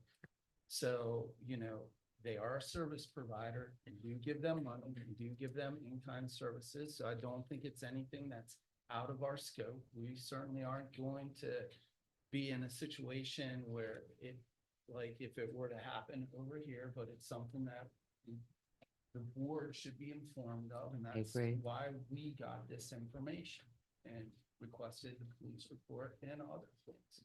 So we weren't saying they did it or they didn't do something. We just wanted to provide the board with the necessary information, so you can take it from there, or you can direct us to do other things. And I believe in conversations with the county parks director, that you've had, they may be taking their own course of action, but that's not for us. And I asked him, stay away from it. That's the county parks department at a county park. We're not getting in there. Right. Thank you. Did you have anything else? Well, I just think that since now we've brought this up where we were not going down here, I think that because at the last meeting, Jeff was also not here. And I read to you a statement that he texted that was his version of the story. Then subsequently, we requested body cam footage. I don't get it. I also don't understand, just because we give money to the Acreage Athletic League, it doesn't mean that we get to badger them. And it seems like that's what has been done with a number of different things. And that's certainly how they feel. Regardless, even if we're doing our due diligence, it is important to understand exactly what happened and who did it and why the Acreage Athletic League Executive Board was involved and did a police report in the first place, because it had nothing to do with the executive board. It was the executive board that stepped in. So I would like to give Mr. Jeff an opportunity, Jeff Grafton, right? An opportunity to come up and tell the story and set the record straight about what actually happened. Okay? Because there's a lot of misinformation and it's going to keep going on until the record is set straight. Thank you. Again, Jeff Grafton. So we did have an incident where we have a president of baseball, had run out of funds in their baseball account. The president, I believe that the president took my personal credit card information and started placing charges on it. One of the baseball accounts also had some fraudulent charges that were supposedly from Amazon. I worked with the bank for the bank account fraudulent charges. The bank removed all of those charges and we were refunded the money. For my personal credit card, there were several fraudulent charges that I reported from my own personal card, and those were all removed. There was one incident where there was some candy vendor that approached us and said that in good faith, she felt like she was making a sale to Acreage Athletic League. And although I disagreed, the board voted to return the remaining candy that was there and the funds that she was requesting. So at the end of the day, the police officer who I met with said that he didn't feel like there was any type of case here, that it could be argued that this was just mismanagement of funds, where he just was not a very good administrator of the sport. Right, because I recall seeing in the footage, he said, do you have any documentation? Is there any video? And there was nothing. And there was So there's nothing, no right? way to prove a crime, right? So that was all on the So footage. the amount of money that was, like, if you're saying $10,000 or $20,000, there was a rumor that was going around that there was raffle tickets that were sold for like $20,000 and then that was never deposited. I never Well, saw a that was on the deposit, footage too, from Ed saying, Ed said that. but that never came to fruition and we never Sponsorship to it. saw anything. And that was something that was rumored about like a year before this incident. So that was how we initially said, oh my goodness, this could be bigger than But it was the same guy same guy. and he was only there for about a year. He was there for about a year. So So this as soon as he rumor- got on, he started stealing raffle money. I'm just that was, clarifying. I don't have any proof of that. That was something that some Right, there was parent, no receipts, right? there was something that some parents said. So when we took all of the things that were going on with this member, it didn't seem like he was acting in the best interest. So we had him removed and replaced, and Nick's doing a much better job. Thank you. And I think more of the issue was not so much what went on, but that we weren't notified. And as a SPA, it is, regardless of what park it is, you still have the SPA. And I think that was, I actually went to the Stern. FBA. It doesn't say that. Elizabeth. I understand, but in good faith, yeah. If you have some, just like if a bone is broken or something like that, and those things haven't been reported. And again, I'm not saying it's being done by anyone maliciously, but it's on you to do these things. And with in the good faith, service we did provider report it to agreement. Palm Beach County Parks. Right. So And- that and we was did- our good I don't faith that think we we reported followed- it. I But told. we didn't know, and we all need to know, and it should So have. then I take that upon myself because it was a And miscommunication I don't- within me and I that don't I think- reported to Palm Beach County Parks because it was went up- Cameron I Park. don't think it went up the chain in the Parks Department is what the issue there is for the county. But that's for you guys to deal with the county. That's not our deal, our think I- problem. Andy. So, yeah, so just get with the county on that. Can I speak on that? Yeah. one of the reasons I think it would be important for us to know it is so that if the way I found out about it, it would have been better if I heard it from you guys about it instead of hearing it as a rumor mill, 6 months later. So I think maybe it's not per the SPA that it said you should tell us, but so that if the rumors get back to us, we're better aware of it and not kind of being blindsided at it. I hear you. And I we have hear the you. answer I to mean, it listening to it right now, now, of course, you know, obviously, Yeah. it wasn't like we were trying not to be transparent. I mean, we were still reporting it to somebody Right, in Palm Beach County Parks, and I believe his name was Andy Hood, right, that I called personally and I said, hey, this is going on. right, And he goes, thank you for letting me know. right. Because And I think that was on a Sunday. the minute I heard So- it, I was calling staff and I'm like, hey, this just came in and they weren't really aware, especially the number that we were getting. So if we would have heard from the horse's mouth right away, hey, we had this incident, it was at the baseball park, had nothing to do with the community park, but just letting you guys know this happened and this is how we're taking care of it. And then if somebody came to us, I could say, oh yeah, no, this is what they said is happening. It would have been a lot better. Just saying. And even hindsight, yeah, but even with a, yeah. I think hear that you. would have been easier. I Yeah. mean, I hear Yeah. what you're saying, Yeah. so. There's a two-way door. You could always reach out to us instead of bringing it up in a public meeting, like it's some huge fire. So you could always talk to us too, if there was something like that going on. We have I to would have be- loved to have, but I was recommended not to by legal. Because I did ask legal if I could go directly to you and I was told it would be better not to handle it that way. Better bring it up in public. Yes, that's exactly what happened. Yeah. Mhm. Okay. Hey, Michael. Got anything? He's, It's okay, so quiet. okay, gotcha. All right. Well, if there's Do nothing we have to else, make proof of notice? yeah. I don't think we need a motion for that, though. We have proof of notice, meeting notice, correct? Yeah. Okay. Just contact the office. Scarlett will Yeah. help you with that. Right on the main webpage. On the main webpage, or you can email info@indiantrail.com. And you put your public record request in. Okay. And I think that's a wrap. This meeting is adjourned. I do have one question. for- Okay, hold on, not Hold on. adjourned.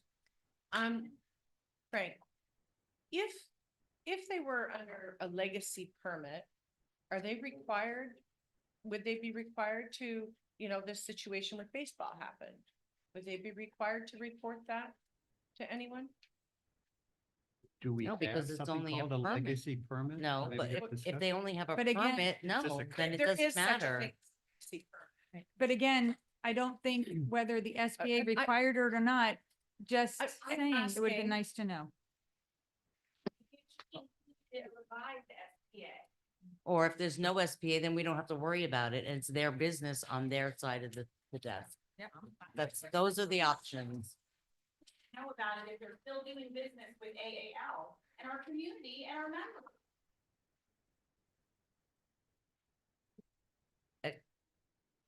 Yeah. No, Mike, I'm sorry, we're done. You can send an email, though. Oh, boy.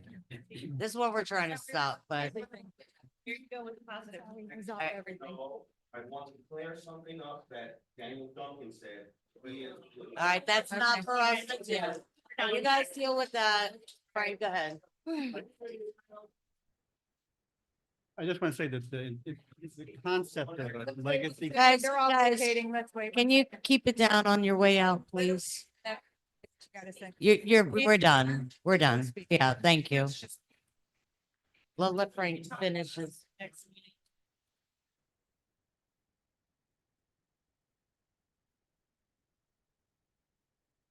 Wait till you get outside to speak. Thank you. Yes, probably. Just in case. You probably would want to keep an eye out there.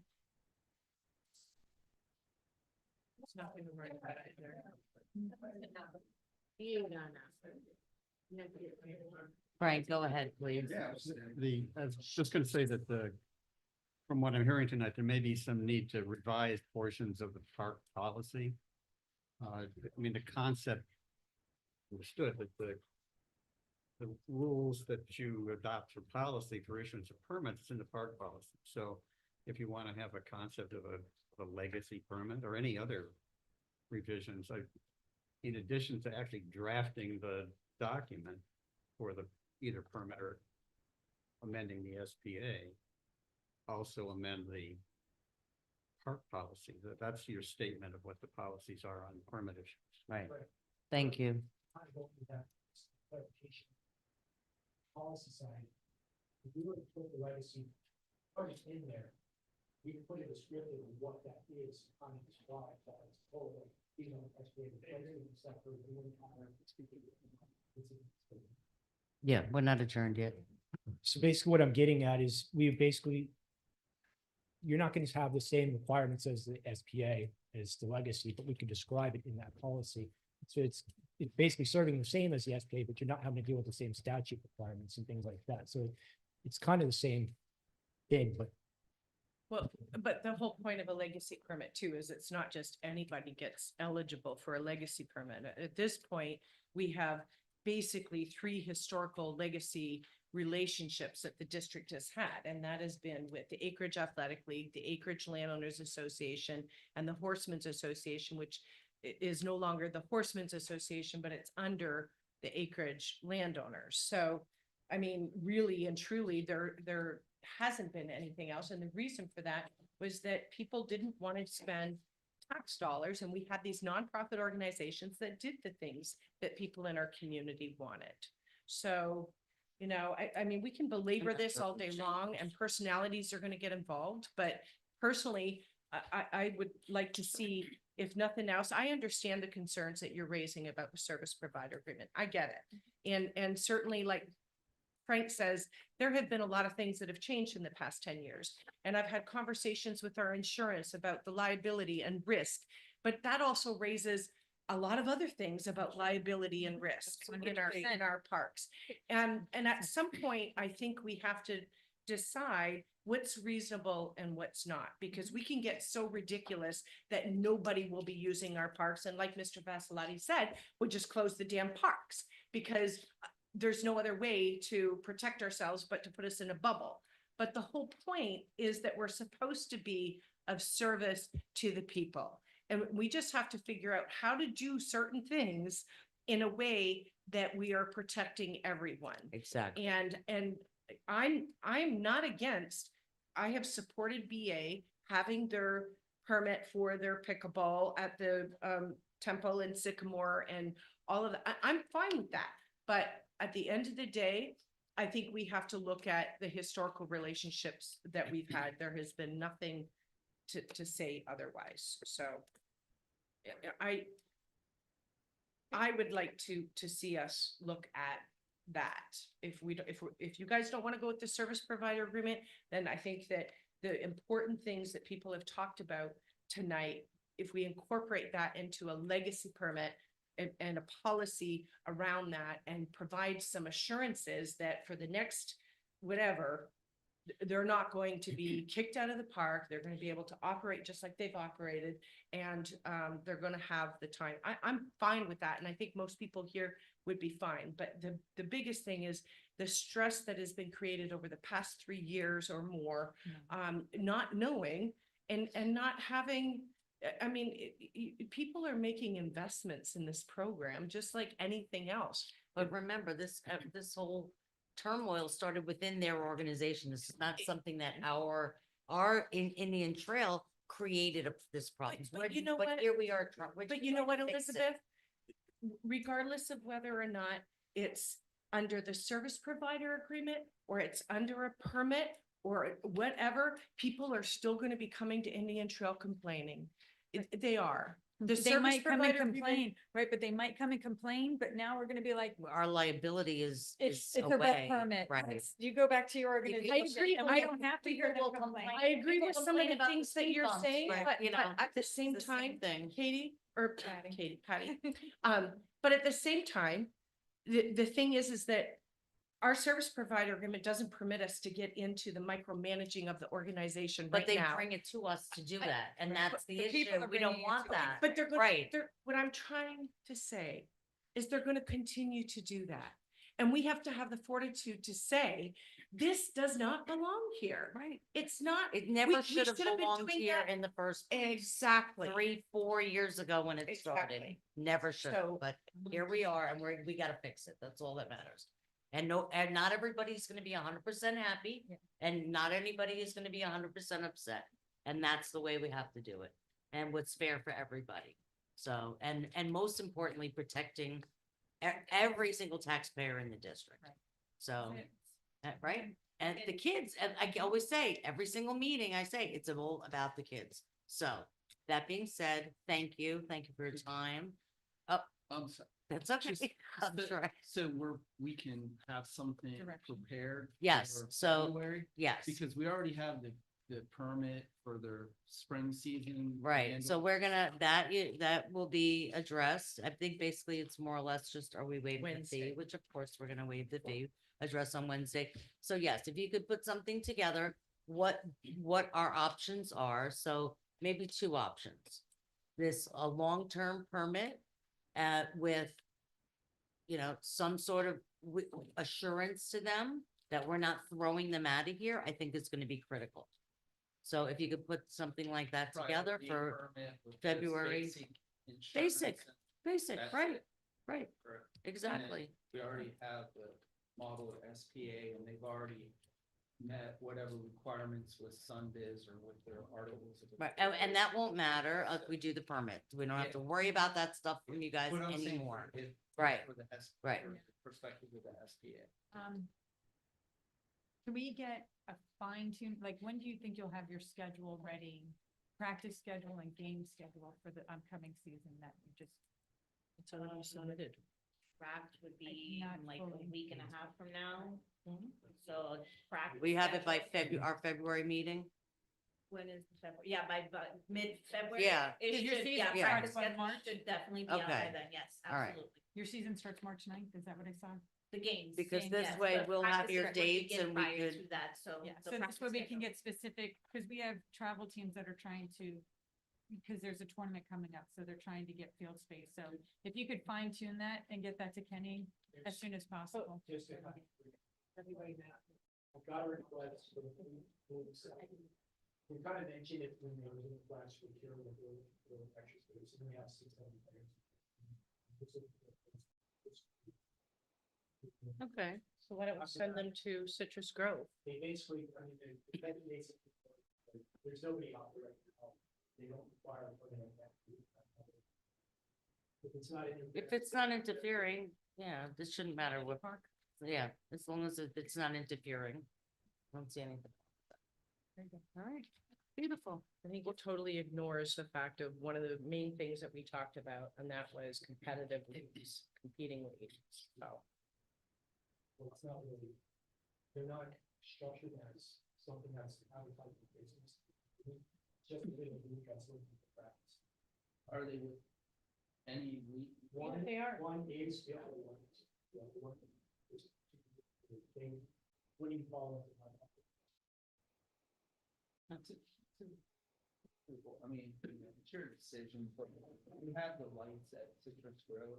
I just think while we're going through all this, I would recommend to the board that you don't create unnecessary I think tension that's out gonna at create ACP. tension. Yeah. It's gonna create it because the fields are different, the fields of community are better. And All right. you're gonna, listen, this is me speaking. The board can say and do whatever they want, but it's gonna cause distension because it's showing. And I understand AAL has a right to use, but why can't we have like a travel team, not with BA? Or if with BA, but the one is not with BA, why can't we let them utilize a community park if it's not being used?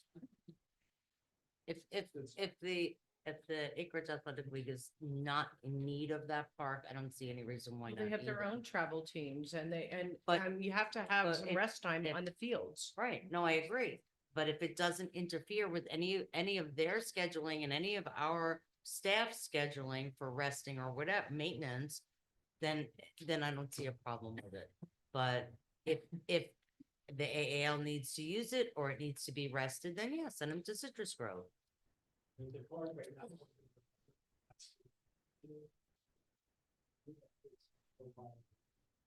When is the south side being closed? South side. Most of the permit, they just had a second floor.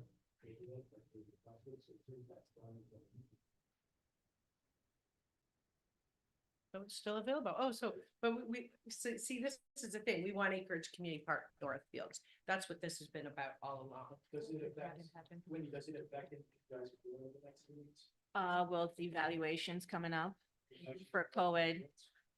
It would be, the evaluations would be, I believe, 1 field or 2 fields, if anything, depending on the times I have to check. But it would be 1 field, and then practices would begin, yes, towards the end of January. And that's when they want. And then our and then our travel program as well. I think our days were Monday, Wednesday, Fridays, and maybe some Sundays or so. But even with our travel program there, I mean, I'm speaking for myself. And I'm sure the travel program would be okay with it. We always have that 1 field, third field. So I don't see why it would be an issue that 2 teams right now couldn't use those fields while we were there as well. Okay, that's all. Let's See, and all we work could all- together. Let's Exactly. play good in the sand. Through the chair, Mr. Lawrence, and those teams you're talking about, those are all Acreage residents? Okay. All right.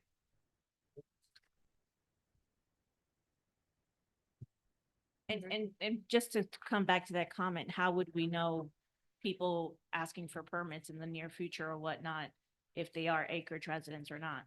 For you guys. No, for you guys, if you guys are permitting, if you're giving organizations other chances to, That's the to thing. get a permit, how would you verify that they are Acreage Loxahatchee residents? You do that.